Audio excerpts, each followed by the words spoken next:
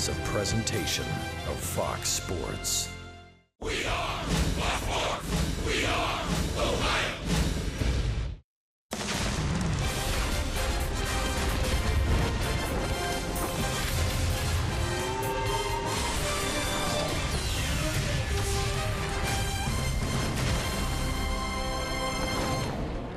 Well, right now it is a beautiful night for baseball in downtown Cincinnati. Welcome to Great American Ballpark.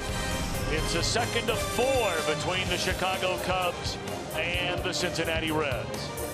Hi again, everybody. Alongside Chris Welsh and Jim Day, I'm Tom Brenneman. Welcome, as always, to Reds baseball. Certainly hoping for better things here tonight. Of course, Jake Arrieta last night throwing the 15th no-hitter in Cubs history. Oh, and by the way, their offense, Chris, in now 4 games is really beating on this Reds pitching staff. Oh, you're right about that. I mean, last night was kind of a microcosm of it all, where one team did all the hitting, the other team did nothing at all. And when I say all the hitting, the Cubs have been doing it really every time they've met the Cubs so far this year. Going back to last week's series at Wrigley Field, they're hitting home runs, they're getting on base, they're showing themselves to be a very tough lineup to pitch to because they've got a lot of balance and power all the way to the bottom of that lineup. Well, the man who is being asked to slow him down here tonight is making only his 2nd start of the year after coming off the disabled list, although he threw the ball well in St. Louis, and that's John Moscott. Well, he came within 1 out of having a quality start in St. Louis on Sunday, went 5 2/3 innings for Moscott. And you got to figure he had a lot of jitters out there, number one. He'd been on the disabled list with a rib injury, so I'm not sure whether he was really up to strength yet or not. But he's going to have to do the same thing tonight he did on Sunday. Spot his fastball, use his breaking ball, use his defense behind him. If he's able to do that, he should be able to at least tone down this Cubs offense a little bit. And he's going against a pretty good left-hander tonight in John Lester. Well, John Lester, you talk about a tough act to follow. That's what John Lester's looking at tonight. His 1-1 record so far this season with a 2.2 earned run average is way better than it was last year at this time. So they like the way he started. He lost a heartbreaker of a game on Sunday, 2-0 against the Rockies. But he's a left-hander that just pours in one strike after another. So Reds hitters better be ready to swing that bat. All righty. When we come back, Jim Day getting together with his old buddy Joey Votto. Votto trying to get it going here tonight. Jim Day has that and so much more on Fox Sports Ohio.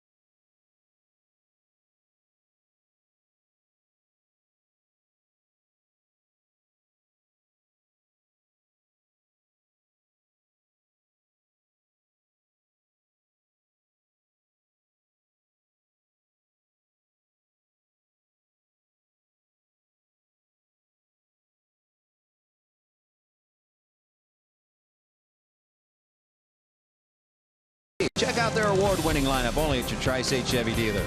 By Cincinnati USA Regional Tourism Network. Stay close to CincinnatiUSA.com. And by Skyline Chili. Feeling good? It's Skyline time.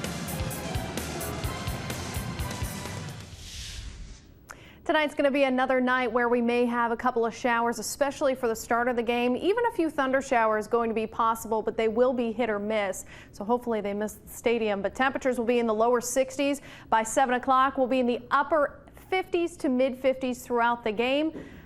Let's get a win tonight. Let's go Reds. I'm Jim Day on the field where it has begun sprinkling here. Joey Votto has never gone this long between hits. He's in a slump, but it's not because of lack of hard work. Votto, per usual Joey Votto, out working early. This is video on Tuesday of him working early, very early before everyone's out there, and then earlier today working with hitting coach Don Long. One guy that is not worried about Votto is indeed hitting coach Don Long. He used the term, I'm annoyed, but I'm not concerned. And the reason he has the right to not be concerned is because he's very disciplined about what he does. And he knows it's a matter of time if he stays with the process and just keeps working every day to do the things that he needs to do and get in the right spot to hit, that the results that he wants in the game are going to take care of themselves.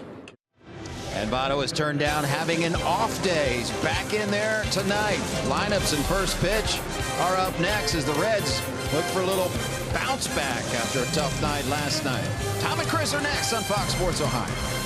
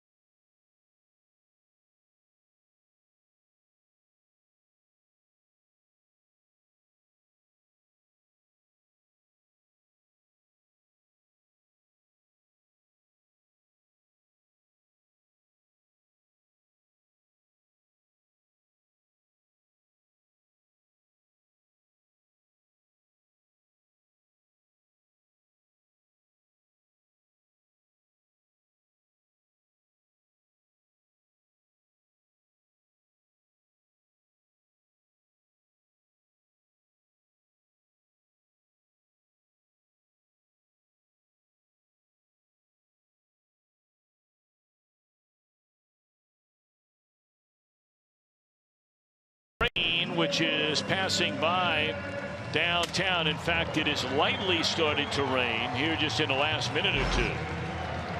But we're going to get started. Joe Madden, Chicago Cubs, sporting the best record in all of Major League Baseball. And you see his numbers as a Cub manager, spectacular.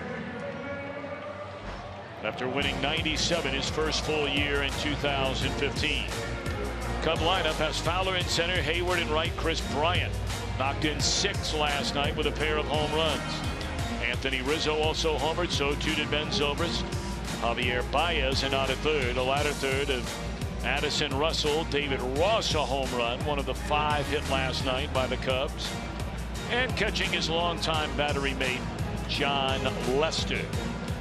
On the mound for the Redlegs, making his second start of this season since being activated off the disabled list.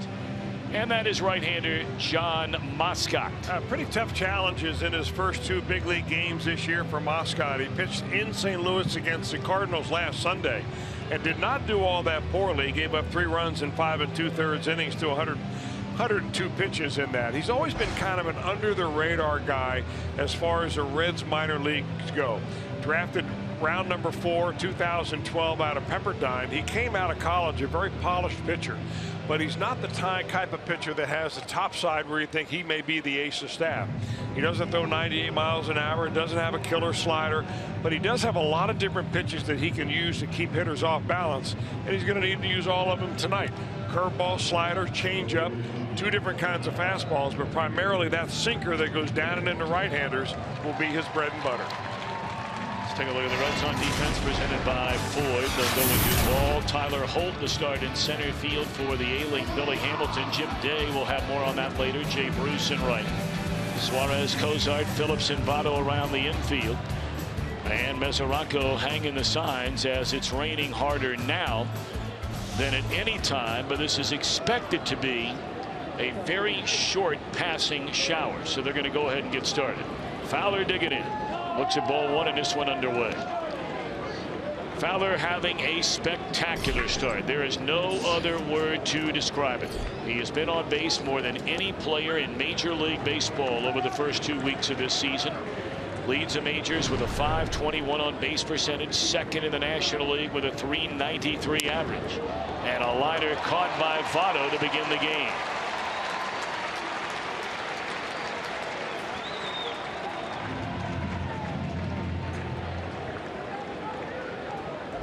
Even his outs are hard right now. You know you're really locked in when this happens to you. And Votto leaps up to catch a line drive that was destined to head to right field for maybe even extra base hits, and that ball gets by him.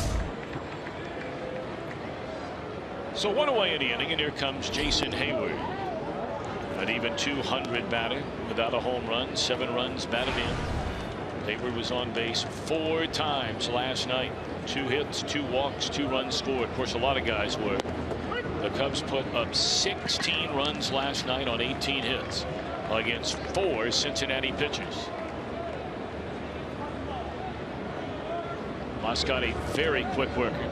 24 years old, grew up in Palisades, California, just outside of Los Angeles. Played at Cuesta College in San Luis Obispo. And then from there went to Pepperdine University, where the Reds drafted him in the 4th round of 2012.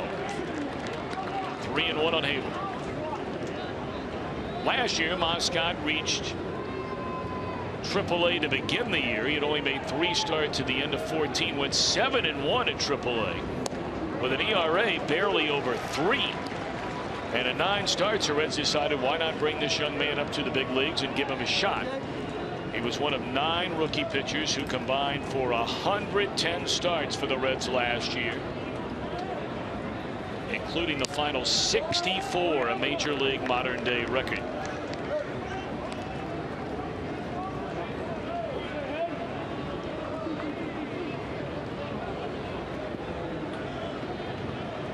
It's very odd. You look in the skies above, and there's basically a almost in Mohawk-like fashion going right through the middle of the ballpark. A dark cluster of clouds flanked on either side by blue skies.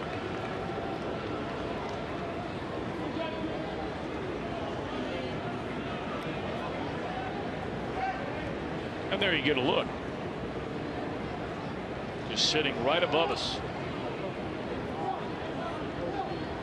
8th pitch of this battle between Fowler and Hayward, payoff pitch, and there'll be a 9th pitch. Well, Fowler, Hayward does not get cheated. I mean, you can see even with the 2-strike count on him, and it's a full count, but I mean, he is just letting it rip on every pitch. He puts a lot of effort in it. He's one of those hitters that his swing really begins in his feet and moves on up.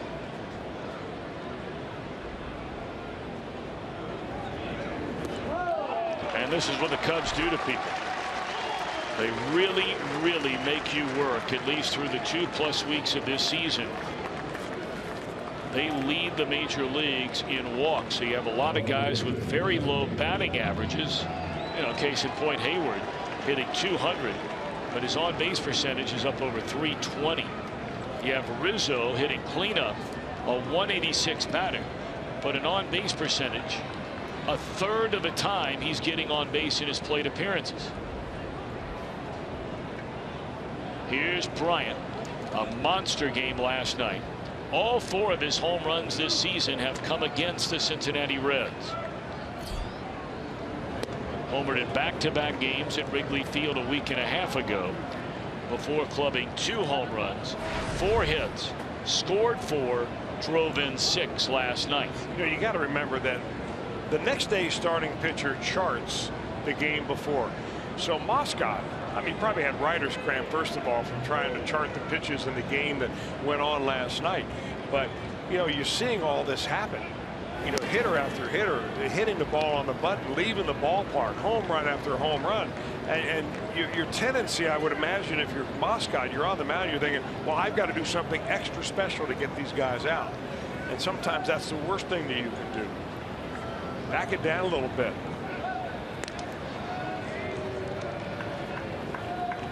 Because what got John Moscot here was not rearing back and trying to throw as hard as he can. It's hitting the corners, changing speeds, and the same thing will help if you do that against big league hitters. You got big league defense behind you. 1 on 1 out, 1-0 on Bryant. And a breaking ball he doesn't chase. 2 balls, no strikes. Well, it's incredible the way the Cubs hit the ball against the Reds at Wrigley a week and a half ago. They were shut down, completely shut down, in one case shut out over the weekend against the Colorado Rockies. Then they come to town last night and just tee off. Runner goes, and safely, with his 2nd stolen base of the year, is Hayward.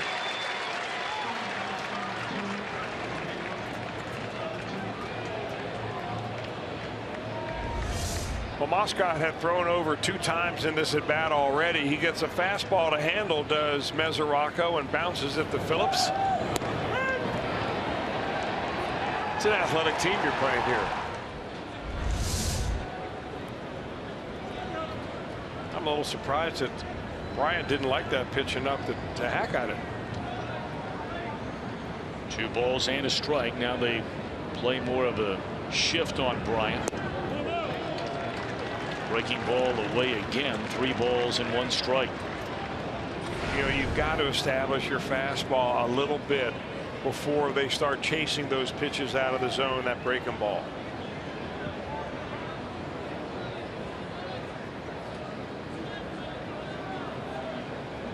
Runner at second, 1 out, 3-1 to Bryant. We're just underway, and it's hooked right at Suarez. So a couple of very loud outs here in the opening inning, but outs nonetheless. And after last night, you'll take them any way you can get them. You can. I mean, not everything they hit is going to be this hard. At least you hope not if you're John Moscot.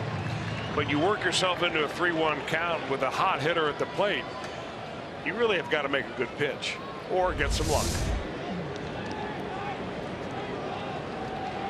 Now Anthony Rizzo, as mentioned, a 186 batter, on base percentage of .333, has 5 home runs and a team best 16 runs batted in.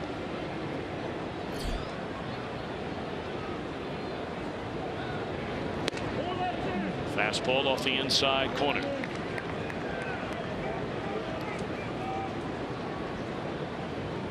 The rain has stopped, so for some of the fans who had started to make their way up under cover, they're now headed for their seats.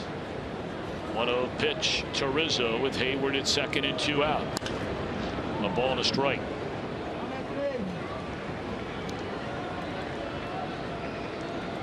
Jim Day told you about the first time here at Great American Ballpark last night. We had the Ball girls, and they are back again tonight.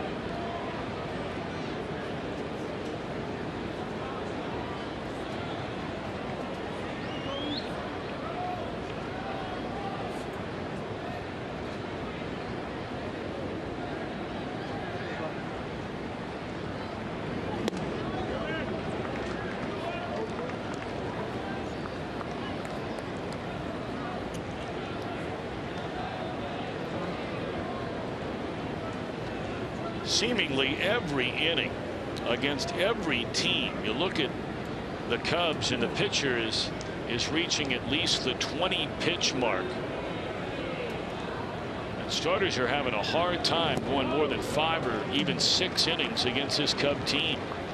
And now it's a third consecutive 3-ball count to a Cub hitter. 3-1. Yeah, what you're doing by throwing so many pitches out of the zone is that these hitters are seeing your release point, they're seeing your delivery, they're getting their timing down. I mean, you want to get these at bats done in 3 pitches or fewer. The more they see you, the more they get locked in. 3-1 offering coming to Rizzo. And there's a second walk in this opening inning. So now you have to face Zobrist with 2 on and 2 out.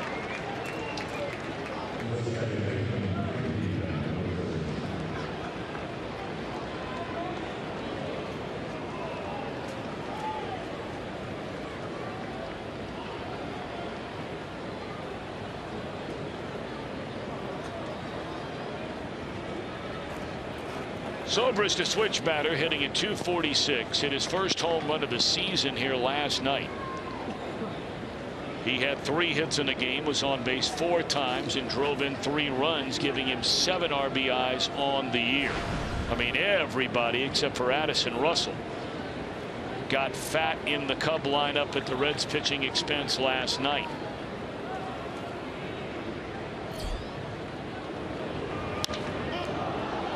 And it appears Moscott will survive a somewhat wild opening inning. 2 walks, 2 left. Reds are coming up. Cozart, Suarez, and Joey Votto.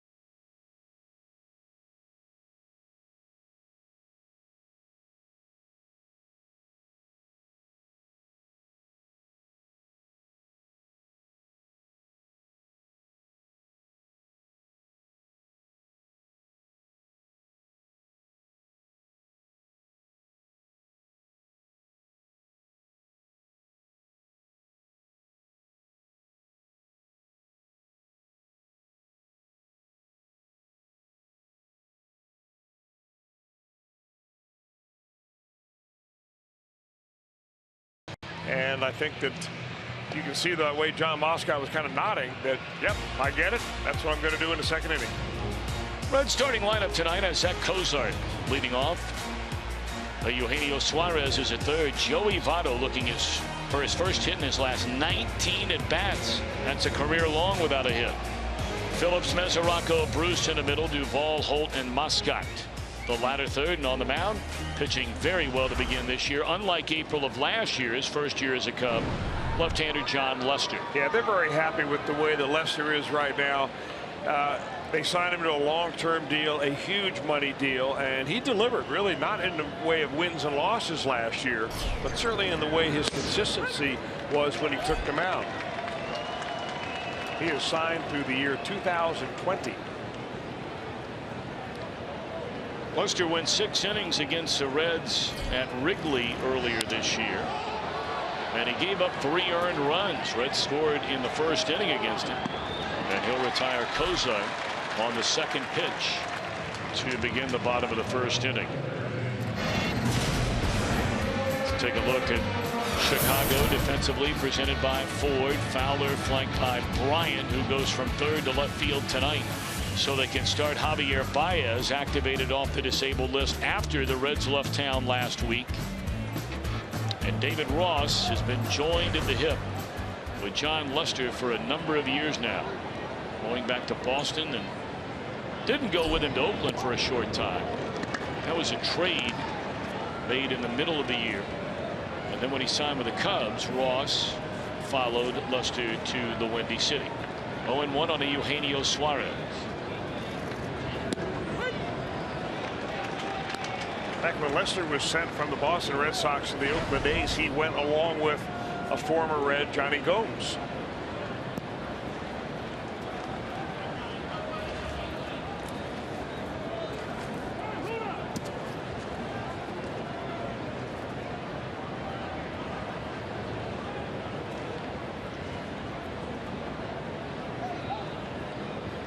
Nothing in 2 on Suarez. They remember the A's made that deal because they were leading the American League West. They wound up in the 1-game playoff, but they acquired Lester to pitch in that very kind of a game. They had a huge lead in that game, and Lester could not hold it. And the Athletics wound up losing. And Lester did not pitch well at all. He did win a pair of World Series while pitching for the Boston Red Sox. 2-2 to Suarez. Pulled foul. You know, we said it before the game in describing John Lester as a guy that just pours strike after strike in there. And that's really what he does. He's a strike throwing machine. Rarely does he ever beat himself. Coming off a very good outing his last time out Sunday against the Rockies, where he lost 2-0 but only gave up a run in 7 1/3. Russell cuts it loose in time to retire Suarez 2 away. Well, not only are you looking at a power-packed team in the Cubs, they are an excellent defensive team. Short sample size already this year, but they have shown themselves as a team to be the best defensive team in baseball so far.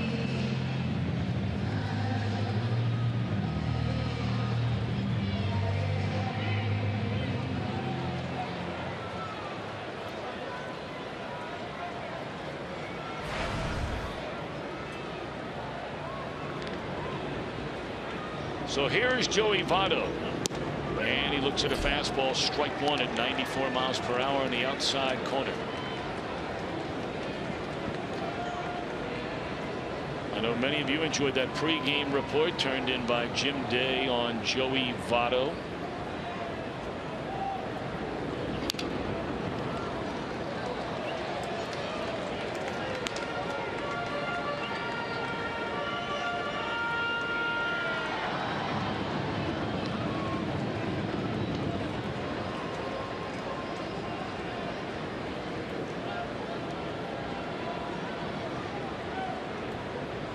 Really shortens up on that bat, as he frequently does with 2 strikes. And how about that? A little check swing down the third base line. And the 0 for 19 stretch comes to an end in the first at bat of the night for Joey Votto. That's why you choke up. Well, it gives you an inordinate amount of bat control when you choke up like that. And he's just protecting the plate right here. He doesn't really know whether that's going to be a ball or a strike, but it's too close to take. And you can see he almost wanted to foul that ball off. But as good fortune has it, it stays fair, and he picks up a 2-out base hit. Well, I tell you, it's a brave man, Don Long, right there. I don't know if that's the right word, brave. Soft tossing without a net, standing or kneeling 4 feet away from anybody with a bat. But thankfully he's down in that dugout and he's a-okay. Here's Brandon Phillips. So the Reds, after getting no hit last night by Jake Arrieta, get a check swing grounder up the third base line by Votto. Their first hit coming in the opening inning tonight.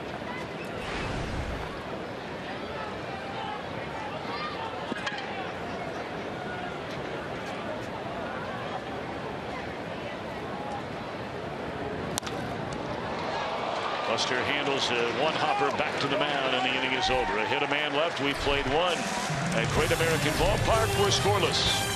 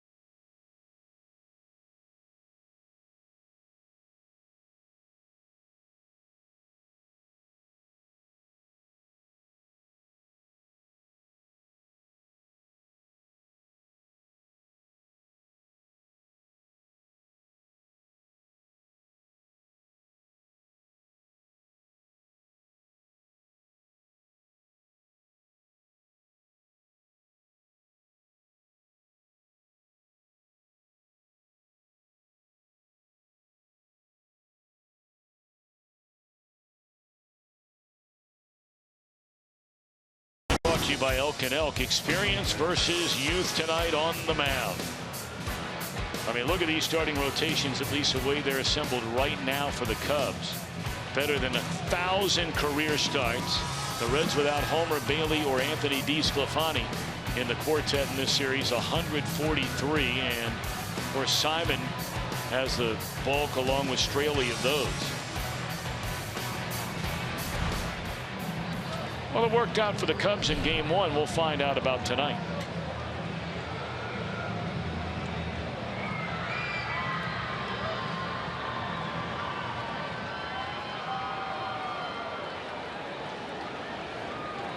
Javier Baez playing in his 6th game since being activated. He injured his thumb during spring training. And then just when they were about to bring him back, he took a fastball off that same hand area and delayed his return a few more days. Highly touted prospect for a number of years coming up in the Cubs organization. Primarily as a second baseman by the time he reached the big leagues. But now they view him as a guy that can play and will play everywhere, infield and outfield. And he gets the first Cubs hit of the night. Body going one way, back going the other, and he just is able to lay that ball that hung up in the zone over to right field. You can see that front foot of his really stepping over towards the shortstop. But Baez, normally, he's a young man that when he first came up, I mean, he didn't get cheated one bit. He was up there to just let it rip. And they like to be able to see him control his approach a little bit more. That's a pretty good indication that he's getting it. I don't know if any player in the history of baseball hit the ball harder last night than Addison Russell did without getting a base hit. He lined to short, twice lined to left, lined out to Suarez at third, and then hit a one-hop rocket at Kozar. 0 for 5 for Addison Russell. Of course, he's not been hitting much so far to begin the year. Only at 196, his only home run was a big one in that come from behind win against the Reds bullpen, that opening game of a series at Wrigley Field. Runner goes, Mesoraco throws, and really no chance for Devin. 2 bases stolen already in the game, and both of them against Moscot.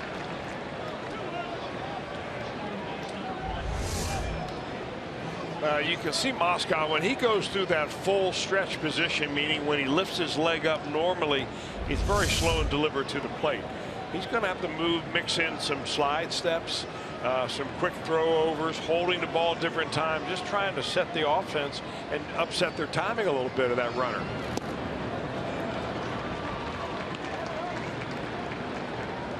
But at the same time, the guy on second base doesn't score unless the guy at the plate does something.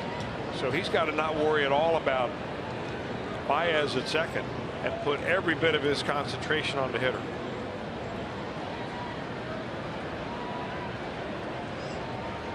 Two and two on Addison Russell, and a glance back, and here comes the pitch, and a fastball is just off the outside corner.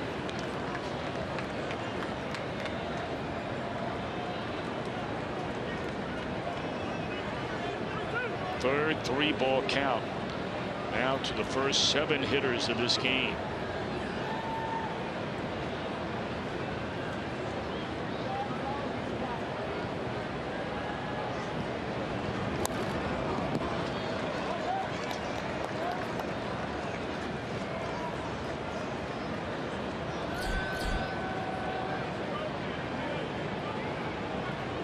Number 8 hitter David Ross next, then the pitcher Lester. So this is a very important batter in this inning to try and prevent Russell from advancing Baez down to third.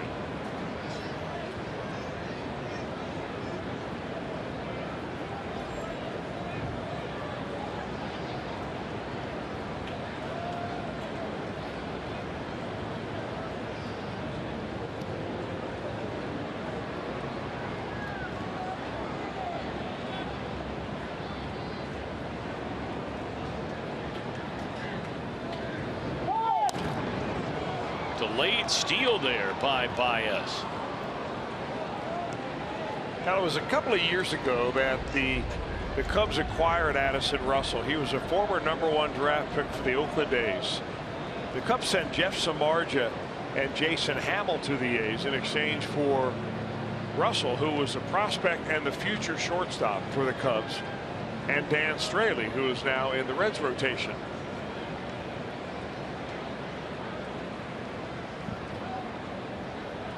Again, the 3-2, and a bouncing ball that will advance the runner. Good play by Kozar to come in and get it. If it bounces a second time, Russell easily would have beaten the throw. So now the number 8 hitter coming up, 1 out, runner at third in a scoreless game.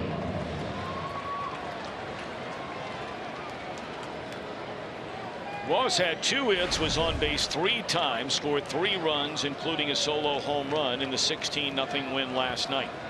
Reds are going to bring their infield in. Yeah, they bring the infield in to try to cut off a ground ball, prevent the run from scoring. But if you're John Moscott, you're thinking strikeout here from the very first pitch of this at bat.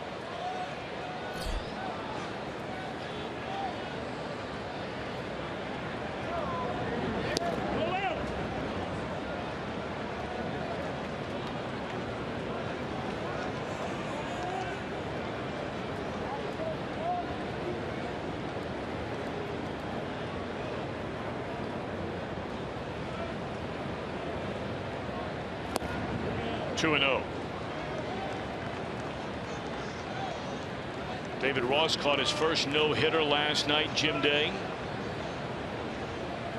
Indeed he did, and he walked into the press room right after Jake Arrieta was done, and the only reason that he walked in there was to get a picture with Arrieta. He was so excited about it. Of course the media wanted to talk to him about it, but check him out.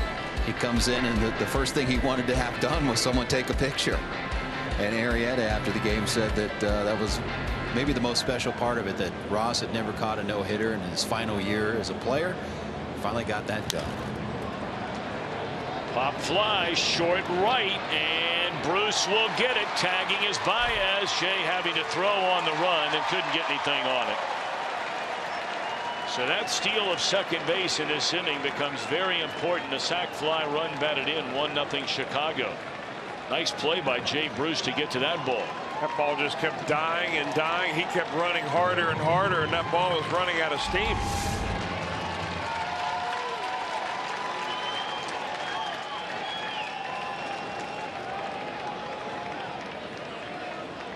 What a funky slide by Baez. I'm not even sure he's yet hit the plate, has he? I guess he did with his left hand, but he bounced on his left knee, came rolling around on his right, laid there behind the plate for a moment after the play was complete. In fact, Joe Madden, the manager, started coming out of the dugout saying, well, did he hurt himself? Well, that was ugly.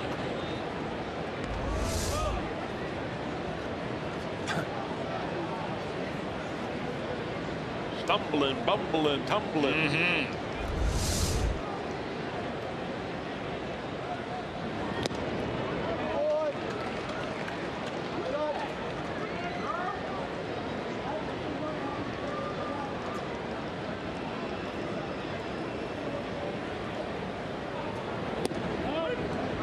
2-2 on the pitcher Lester. A run home. The base is empty. 2 outs in the second inning.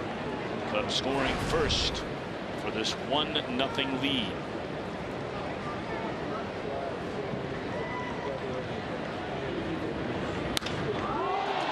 That ball hit very hard. Duvall short of the track will run it down. Cubs lead 1-0.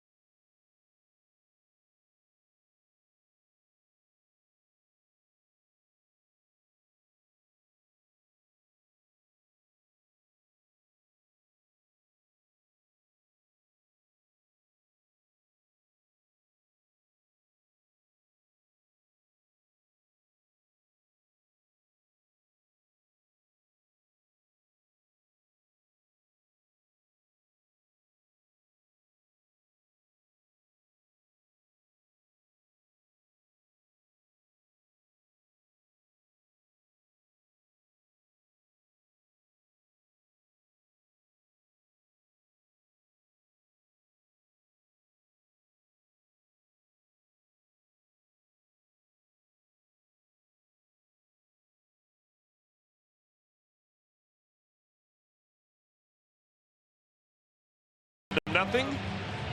And the Reds are trying to get their offense going against the Cubs like they have done against the rest of the league. We're going to show you what they've done against the Cubs.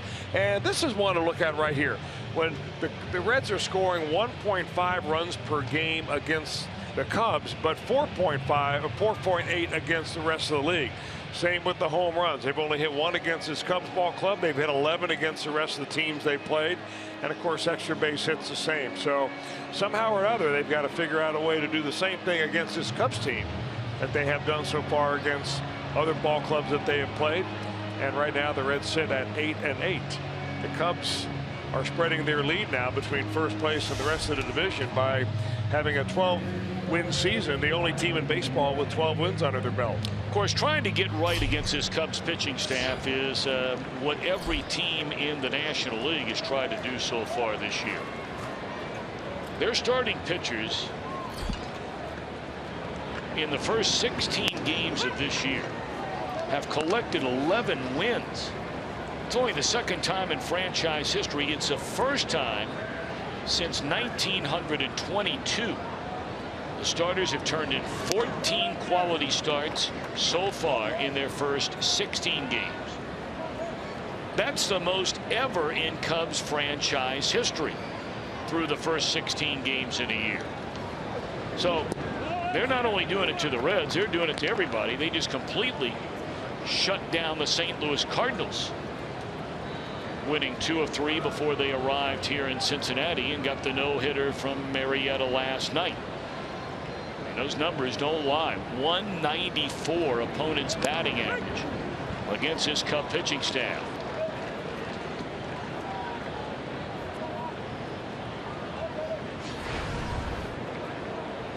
Speaking of the Cardinals, they'll be out west in San Diego later tonight. Pirates are in Arizona.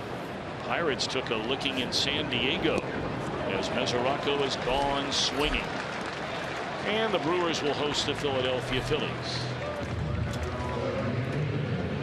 Yeah, the Cubs have put their team together obviously through a lot of different ways. They've got some young, good talent that they drafted high in the draft, guys like Chris Bryant. They've made trades for young players like Anthony Rizzo and Addison Russell.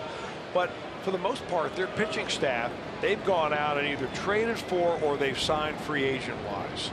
So they haven't really developed anybody in their starting rotation. I mean, they traded to get Jake Arrieta. They signed John Lester to a long-term deal. They signed John Lackey to a multi-year contract as a free agent from the Cardinals last year. So it's not like they've got a farm system stock full of young pitching that is on the precipice of being all #1 starters.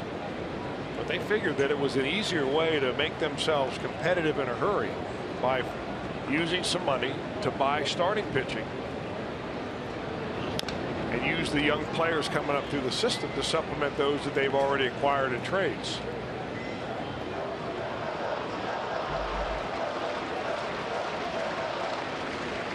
One of those that have come through the system injured and out for the year, and Kyle Schwarber.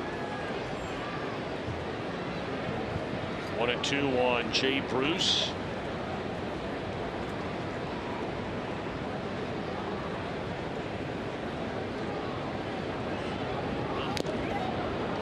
You look around, Tom, and when Schwarber was injured, he left a big gap. I mean, but is there another team out there that could absorb the loss of a potential middle of the order hitter like Kyle Schwarber the way the Cubs seem to be able to adapt to that loss? That was off the end of the bat, and that'll be a fly ball to right. Well, that's where, you know, not only having talent on your team, but I think, Chris, every bit as important, and you and I have talked about this, is not being afraid. You're not asking young players, you're telling young players that you're going to be capable of playing more than one position. So it's not all of a sudden all on Jorge Soler, for example, to fill the shoes of Schwarber.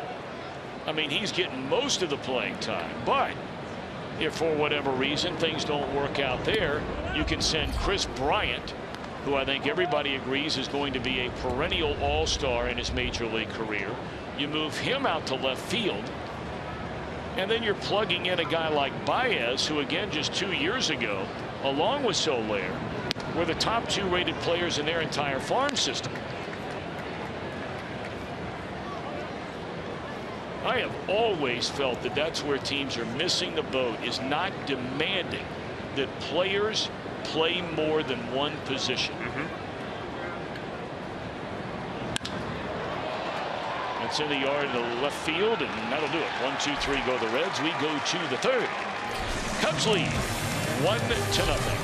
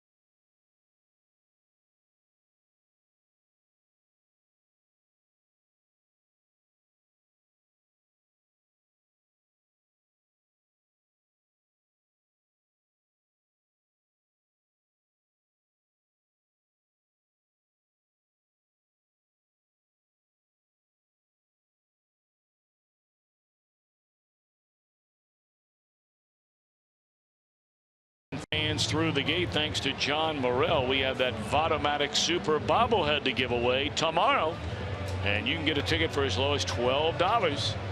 513-381-REDS or visit Reds.com today. I don't know where you're going to find a better deal than that. $12. Come on down. That lady right there grooving a little bit. That looks like Chris Welsh a little bit, the way he dances there, kind of going side to side. When you listen to a little Air Supply, all that on your hey, iPod. did I leave my iPad open? You did, but it was very good. I hadn't heard Air Supply in a long time. Then you were due. I'm all out of love.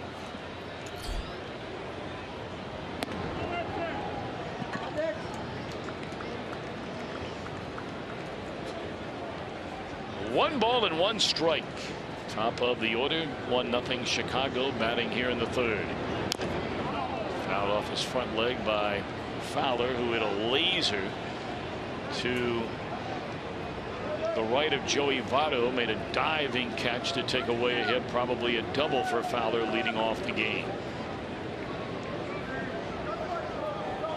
It is incredible the way this Reds Cubs series has completely swung the other way. And I remember, Chris, us talking about it, that last homestand of 2014. That was after the Reds had a 5-year stretch where they won the season series against the Cubs. Then the Reds lost 2 out of 3 in Chicago. They came back here. They were swept by the Cubs in 14. Neither team was going anywhere. And, it made you wonder, is this thing now, as we often see, being cyclical, swinging back in the Cubs' favor? And boy, is it ever.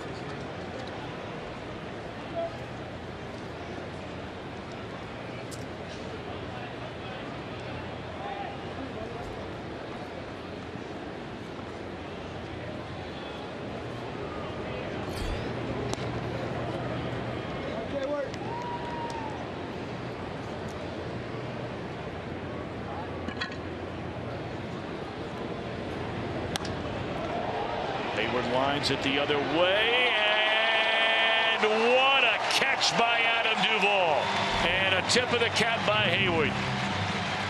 I mean, Hayward knows great defense because he plays great defense, and that is a great defensive play by Duvall. We got a good jump on that ball coming off the bat of a left-hander. It's going to be slicing away from Adam.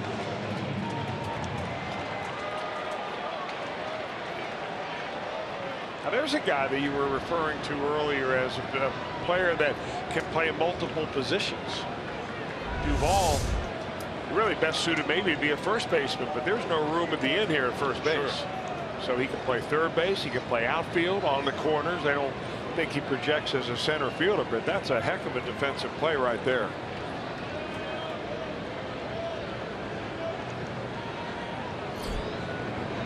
Some will say that playing left field, especially left field here at Great American Ballpark, can be one of the toughest outfield positions there is, because first of all, balls are never hit straight at you. I mean, the tough plays are hooking or they're slicing off the bat of a left-hander like Hayward's was. You've got the sun in your eyes, and he doesn't know it yet, Duvall, but when it comes around, May and June and July, this time of night, he will be looking straight into a glaring sun and almost unable to see a ball being delivered to the plate.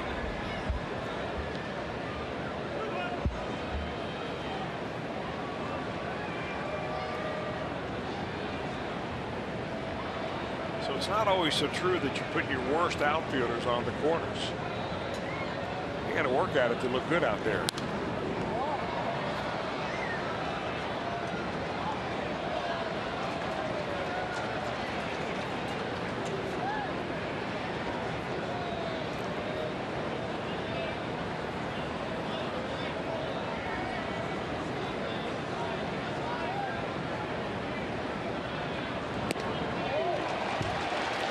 And a 1-2-3 inning as he takes care of Bryant for John Moscott. His first strikeout of the night. Outstanding play by Duvall.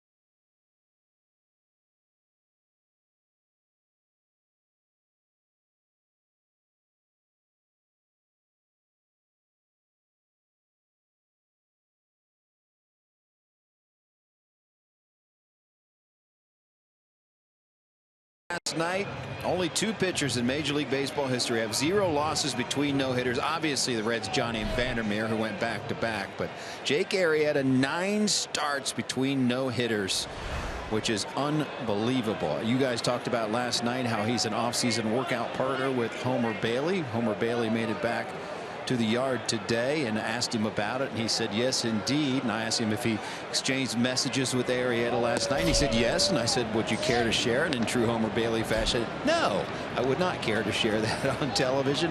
But I did ask him about the workout routine that Arrieta does, and he said he is just an animal, as you guys said. I actually did some Pilates with him, has seen him do yoga, and he said he is certainly a guy that's hard to keep up with. But one of only 5 pitchers with 2 no-hitters, so they have that in common as well. 5 active pitchers, that is. Yes. Well, Arrieta's first no-hitter occurred August the 30th in Los Angeles against the Dodgers last year, a mere 10 starts ago. You know, carrying from September last year into April this year. Only 2 pitchers in big league history went fewer starts between no-hitters. Naturally, Cincinnati Red Johnny Vandermeer, the only pitcher to throw no-hitters in consecutive starts ever, back in 1938. And Warren Spahn, who had 5 starts between no-hitters, September of 1960, April of 1961.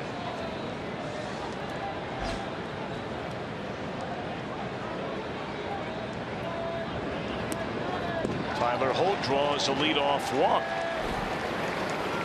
So the Reds have their second base runner. Votto singled with 2 outs in the first inning. You know, we were talking with Joe Madden before the ball game today about Arrieta's no-hitter last night and what was going through his mind as far as putting in defensive replacements. What did he want to do? How far would he let Arrieta go? Because he had something like 94 pitches after 7 innings.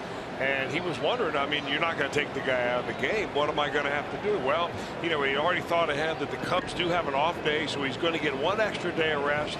And even if he needed 2 extra days of rest, he would let him go deep into a game. Because he was in a ball game, one of the 10 no-hitters that he's been involved in, Joe Madden, where he had a pitcher throw 149 pitches in that game. And you know, he was going to make sure that Arrieta got what he deserved. He wasn't coming out of that ball game. It didn't matter how much rest he needed on the back end to get himself back ready again. So a lot goes into the planning of that while the game's going on. Joe Madden was figuring it out and calculating it while all standing on that top step. Little Butcher Boy play and a throw not even close. And naturally, we've talked about it since coming to the National League. You know, the only other way to describe it is Lester has the yips when it comes to throwing the ball from the mound to the first baseman in trying to hold a runner close. So if you get guys on, I mean, you're just completely asleep at the wheel if you're not running virtually every time you get on first. Well, it's the big opening in the defensive door of the Cubs. There's no question. And it only happens once every 5 days when he takes them out. David Ross is about as good a catch and throw catcher you're going to find. But if Lester can't hold him, there's nothing Ross can do. And it doesn't have to be Billy Hamilton out there, obviously. No. All right, let's see with 2 strikes here now. And Rizzo right on top of Moscot. Holt runs well out there. And he's out on strikes.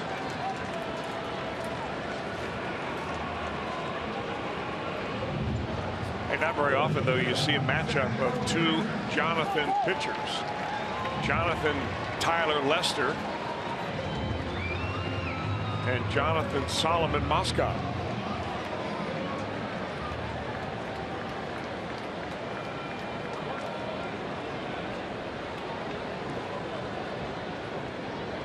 So now the Reds looking for a 1-out single to try and tie this game up. Cozart the batter. And he's down a strike. Cozart on the second pitch of the game fouled out to Ross in the Reds' first.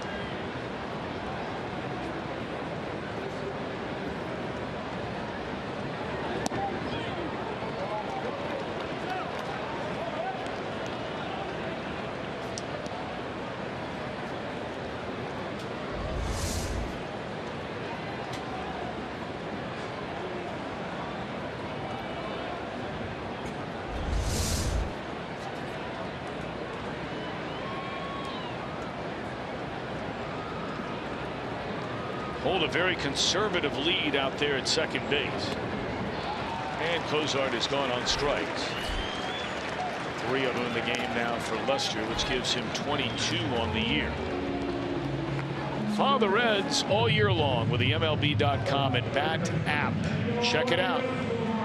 Live game video highlights, StatCast, news, and so much more. You can download MLB.com at Bat right now.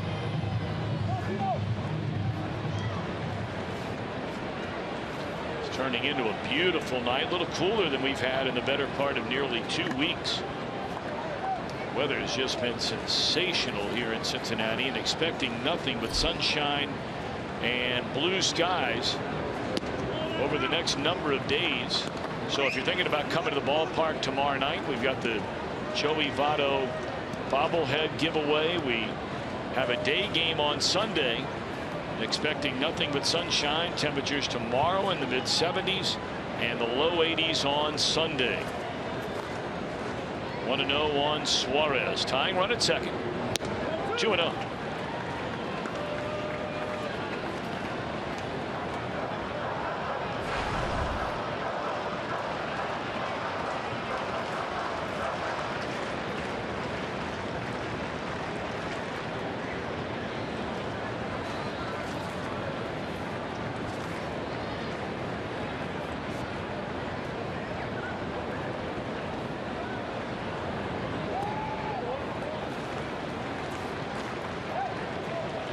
Boy, if you didn't know any better, you'd swear this is a pitch around. I mean, you would never think that with Votto even being a left-handed batter in the on-deck circle, but none of the first 3 pitches have been anywhere near the plate to the right-handed batting Suarez. Now, the first one was the closest, and it was a get-ahead breaking ball that he just wasn't able to get called for a strike. Then on 3-0, Suarez cuts it loose, and coming down on the bag is Rizzo on a high throw. But they get the out. Reds leave a man in scoring position and trail by a run.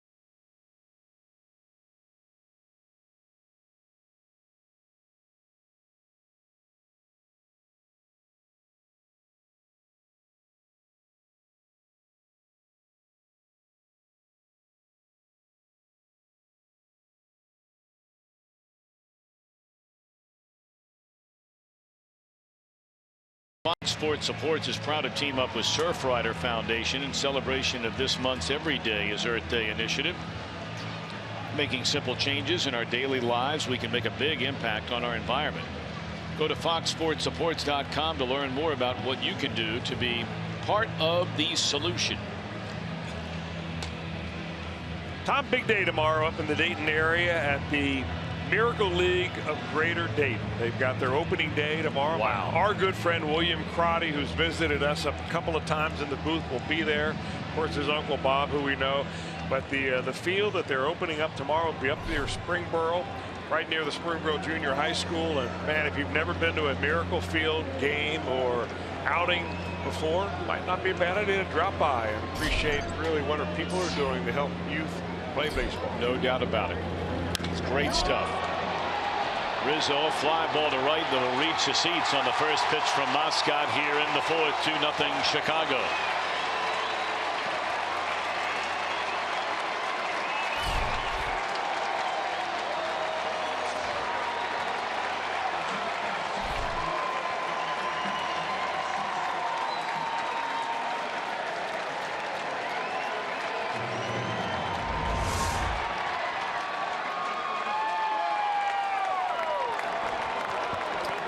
You talk about a guy that is just swinging a homer hot bat, Anthony Rizzo.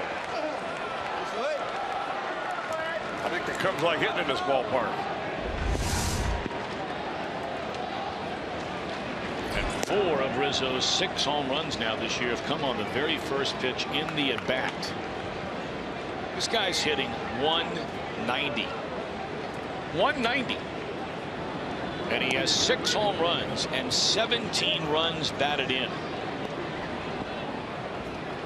Well, he's hitting 190, but he's got a 333 on base percentage. That's right. Only Bryce Harper has more runs batted in than Rizzo among National League players.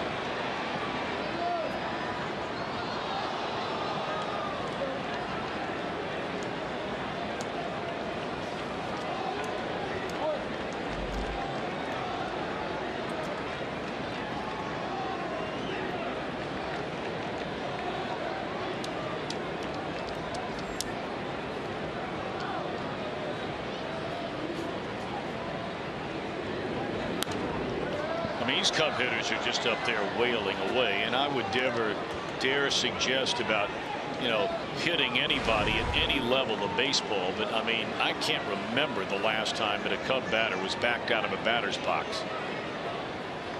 The reason you can't remember is because it hasn't happened. There's a pitch in the dirt, 2 balls and 2 strikes. Yeah, but that said, Tom, I can't remember the last time a Reds hitter was backed out of the batter's box.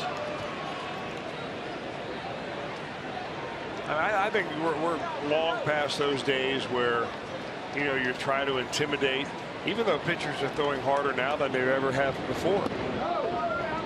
I think that the rules of baseball and the way the umpire crews have been instructed to enforce those rules, especially coming inside, hitting batters and so on, you've seen the last of that stuff. Doesn't mean you can't pitch inside, though. And that is the important thing I think you're trying to say, because if you don't pitch inside, you're shrinking the amount of the zone that you can pitch to say 4 balls across. Take 4 baseballs at home and put them across. If you refuse to pitch inside, that is the width of your strike zone, and it's a hard thing to throw. And you get a big league hitter looking at the same spot time and time again, he's going to figure out a way to hit it. So go figure. Zobrist comes up first time up after Moscot walked 2 in the first inning. He swung at the first pitch and he flies out to center field. This time he works him for a walk.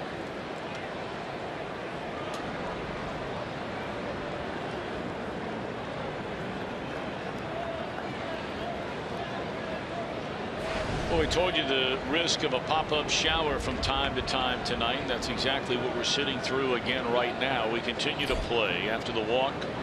Here's Baez, and he singled into right field, stole a base, scored the first Chicago run on the sac fly by David Ross. The difference between a shower in April and a shower in July it cools you off. In April, you're wishing you'd brought that sweater along with the umbrella.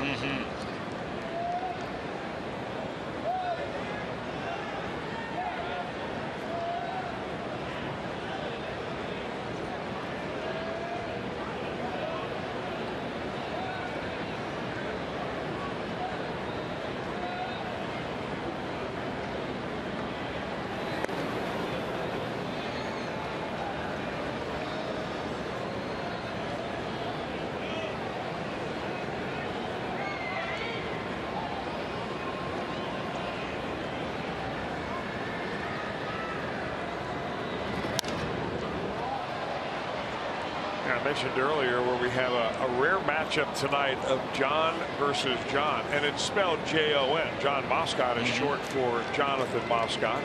Jonathan Solomon Moscott. The same for John Lester.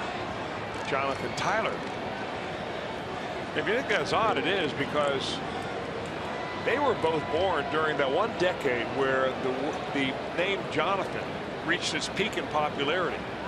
At that time, 1.5% of the males born in the United States were named Jonathan. Since that time, it's dropped off considerably. Now it's about down to about 0.5% or even less. So there's a little minutia for you, Tom. I'm all for it.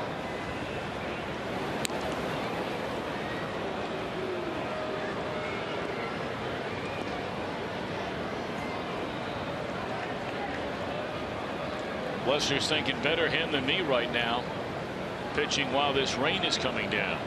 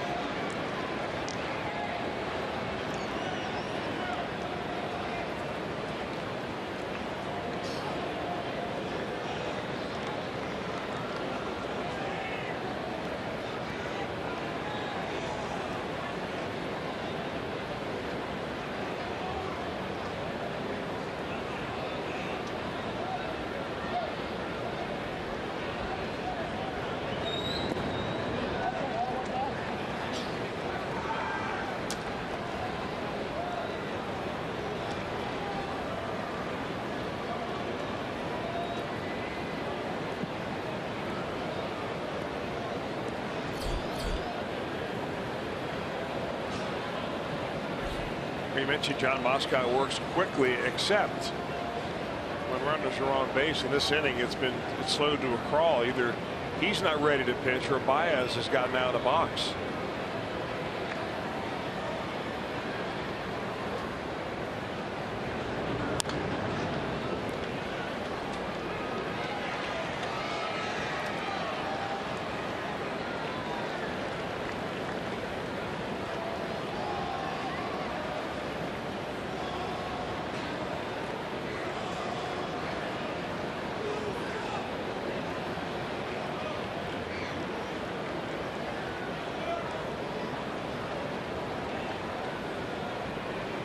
Two and two the count on Javier Baez. Runner at first, one in, nobody out.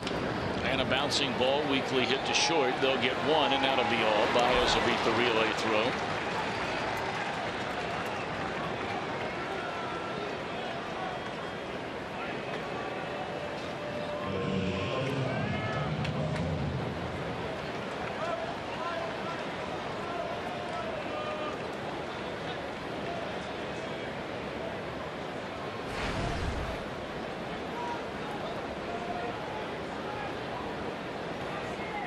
Addison Russell grounded out to his counterpart, his first time up tonight. That little one under cover right there. And bundled up.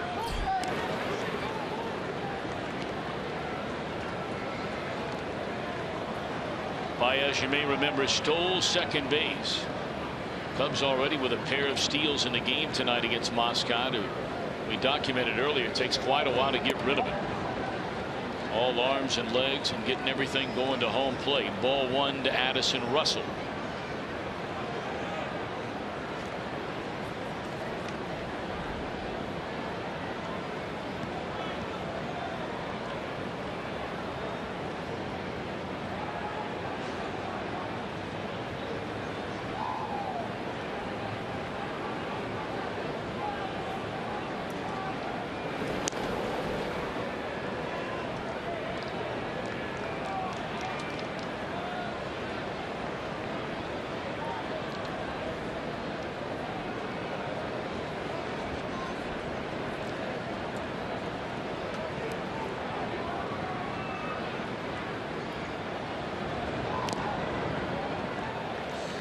If you don't have a great move to first base or a real quick move to the plate, you've got to vary your times. And we talked to John Moscott in one of our tech talks about varying your times, what right-handers can do.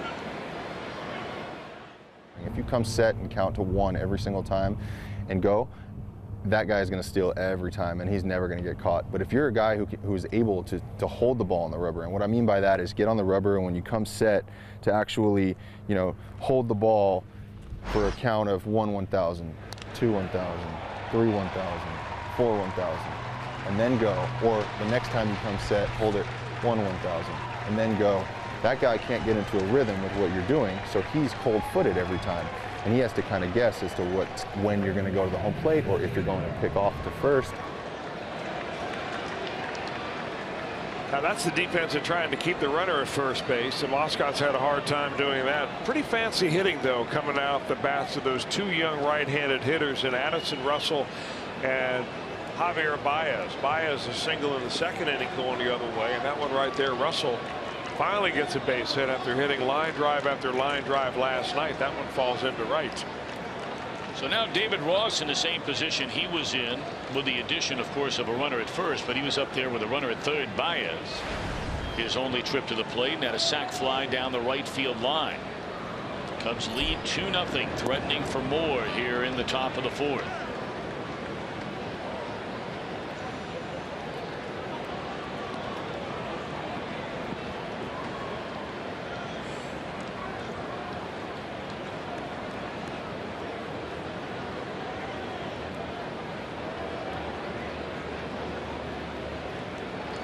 Ross started playing professional baseball all the way back in 1998 after being drafted by the Los Angeles Dodgers in the 7th round that year. 7 years later went to the Pirates and on to San Diego, came to the Reds in 06, released in 08, signed a minor league contract with Boston, 2 years with Atlanta, Boston, a 2-year deal, suicide squeeze, and you can't do it better than that. And it's thrown down the line. Both runners are going to advance. So here you have David Ross, who, if you're wondering, is his entire major league and professional career has 28 sacrifice bunts. And you're talking about more than a couple of thousand at bats, and does it to perfection. Well, I love this play. I mean, because if it's done right, there's no defense at all for it. Moscott makes an attempt to try to get Ross at first base, off balance throw. Bad play by Votto. He needs to come off the bag and get his body in front of that ball to keep it from going into right field. And when it does go into right field, the runners move up. Ross ends up on second base, and Mark Riggins, the pitching coach, comes out to try to settle down Moscott and the rest of the infield.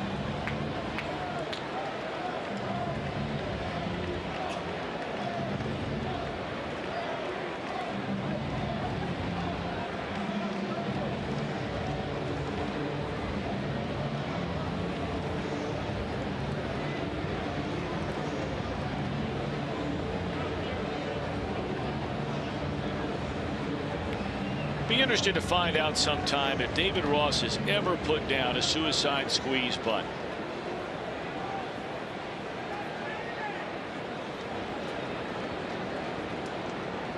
Well, he's been asked to bunt even in his days with the Boston Red Sox, and you don't think about a lot of sacrifice situations in the American League, especially a team like Boston. But you know, Ross every year has been good for 1 or 2 every season of just putting down a bunt to advance a runner throughout his major league career. 2 years he had 5 in back-to-back years with the Reds. And normally, you know, when you're batting in the 8th spot, and I would imagine, I can look it up, I guess, but you know, David Ross has batted an awful lot in the lower part of the order. You don't see a lot of sacrifices to get to the pitcher.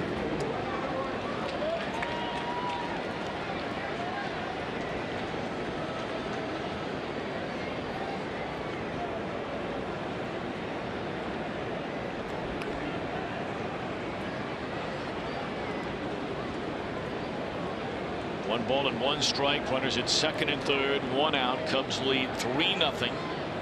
And the infield drawn in with the pitcher at the plate. They're doing it again. I tell you what, man, this is textbook baseball right here. I mean, this is exactly how Major League Baseball is supposed to be played.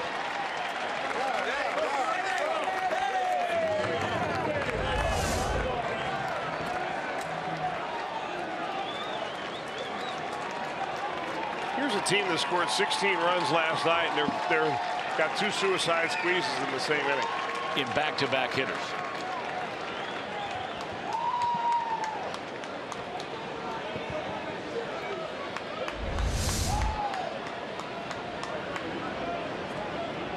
Of course, that's set up by the ball that got past the first baseman on the attempted out at first base, the first suicide squeeze. And Moscow's throw in by Joey Votto.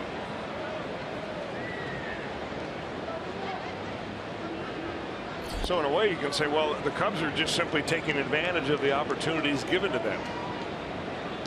But it's one thing, again, as we talk about all the time, the most overlooked word in maybe the English language, and you can put this word into a sentence in every walk of life. You can talk about doing something, you can plan on doing something, but there is one word that separates the good from the bad, and that word is execution. Can you execute the plan that you have? And I mean to tell you, for David Ross and John Lester, the best laid plans of Joe Madden were executed to perfection.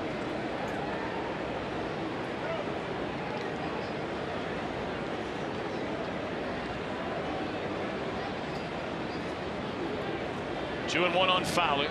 Runner at third, 2 outs now. And the inning is over. Cubs score 3. We're in the middle of 4th, 4-0 Chicago.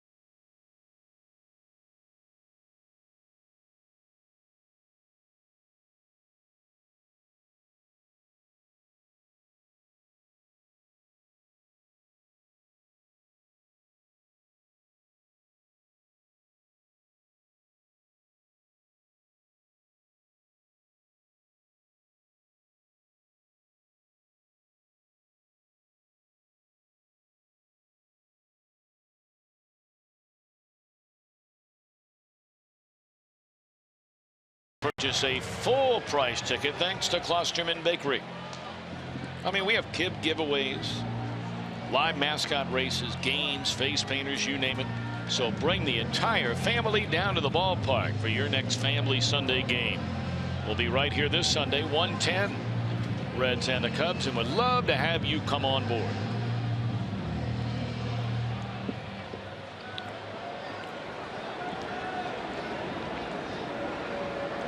So the Cub battery executes back-to-back suicide squeeze bunts to produce runs. 2 of the 3 runs scored in the top of this 4th inning. Here's Votto. He had a check swing accident, base hit down a third base line, protecting with 2 strikes his first time up. And he hooks one to the right side at Zobrist, and that's the way we begin the bottom of the 4th inning.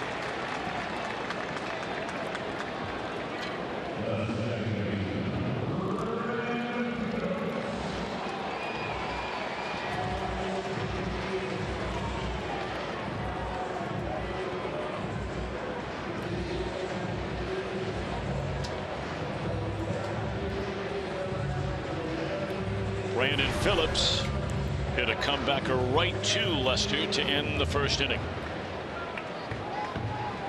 4 runs, 3 hits for Chicago. The only Reds hit was at Votto's single in the opening inning with 2 outs, 1 error and 2 left on base.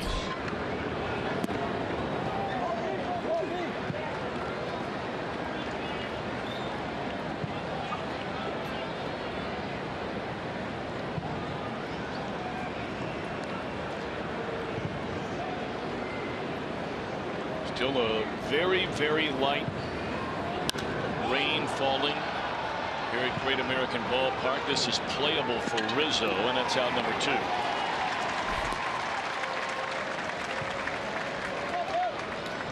Yeah, for Red, it's a home run tonight off the Toyota sign out in right center field. Doug Pitkin from Winoka, Ohio, will win the beautiful new Tundra on display here at Great American Ballpark.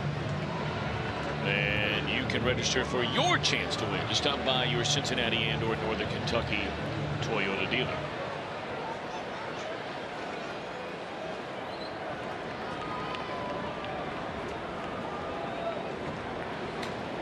Three pitches to get 2 outs to begin this 4th inning for Lester.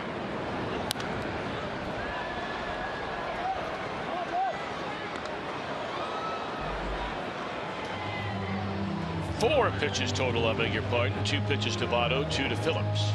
And now strike 1 on Mesoraco, who struck out his first time up.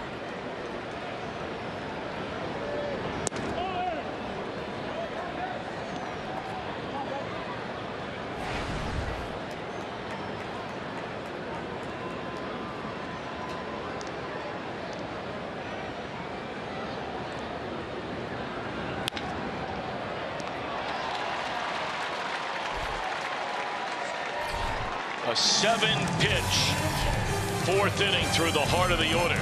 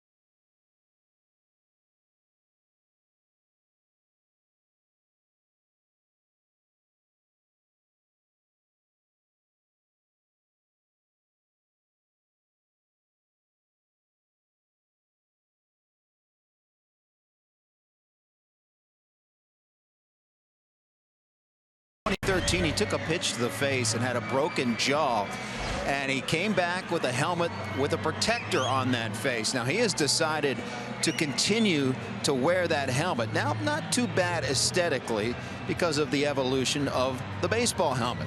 But check out what Cincinnati's Dave Parker had to do in 1978 when he had a collision with the catcher, had a broken jaw and a cheekbone. They wanted to get him back as quickly as possible, and he actually returned at first with a hockey goalie's mask. And then they did some experimenting with football face masks that were just basically mounted to a baseball helmet. So they've certainly come a long, long way since those days of Dave Parker doing what he could to get on the field.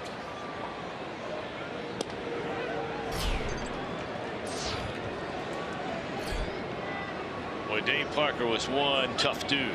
He's still one tough dude. It's always great to see the big fella in and around town. He's been at a lot of events, Chris, really being welcomed back into the fold here with the Reds, although he wasn't here all that long. Boy, the time he was here, he was some kind of player. Well, he started up a foundation also, Tom, has a golf tournament in the month of October. I saw him last at that golf tournament. Hope to see him again. Way before October, obviously. Parkway, welcome down here anytime. Well, he'd come roaring around third base, attempting to score. Now, this is before they had that must slide rule or you can't bowl over the catcher rule. And I'm not so sure there was any catcher that was going to hang in there when Dave Parker leveled down and was coming after him. You know, you look at his career statistics. A .290 career hit. He had over 2,700 major league hits. He had 339 career home runs and knocked in nearly 1,500 runs. 7-time All-Star, 2-time World Series champion, 3-time Gold Glove Award winner, a National League Most Valuable Player, a 2-time National League batting champion, an All-Star Game Most Valuable Player, and yet not in the Hall of Fame. There are a lot of guys that are in the Hall of Fame without that resume. You're right. It's a shame.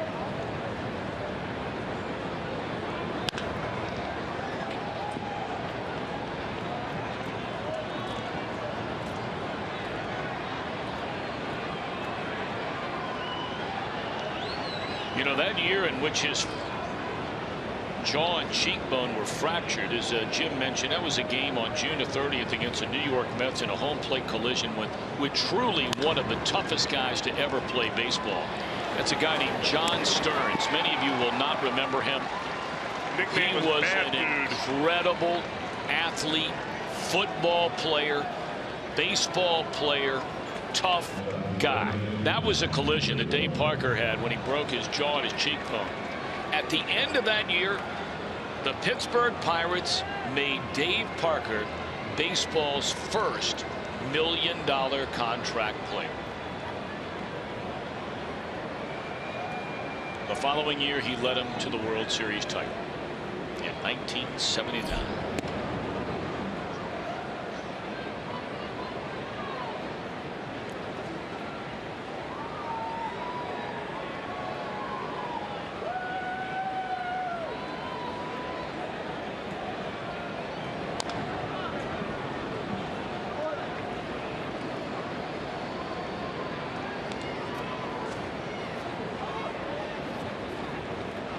Two down in the inning. Hayward and Bryant taken care of, and now it's Rizzo who's walked and homered.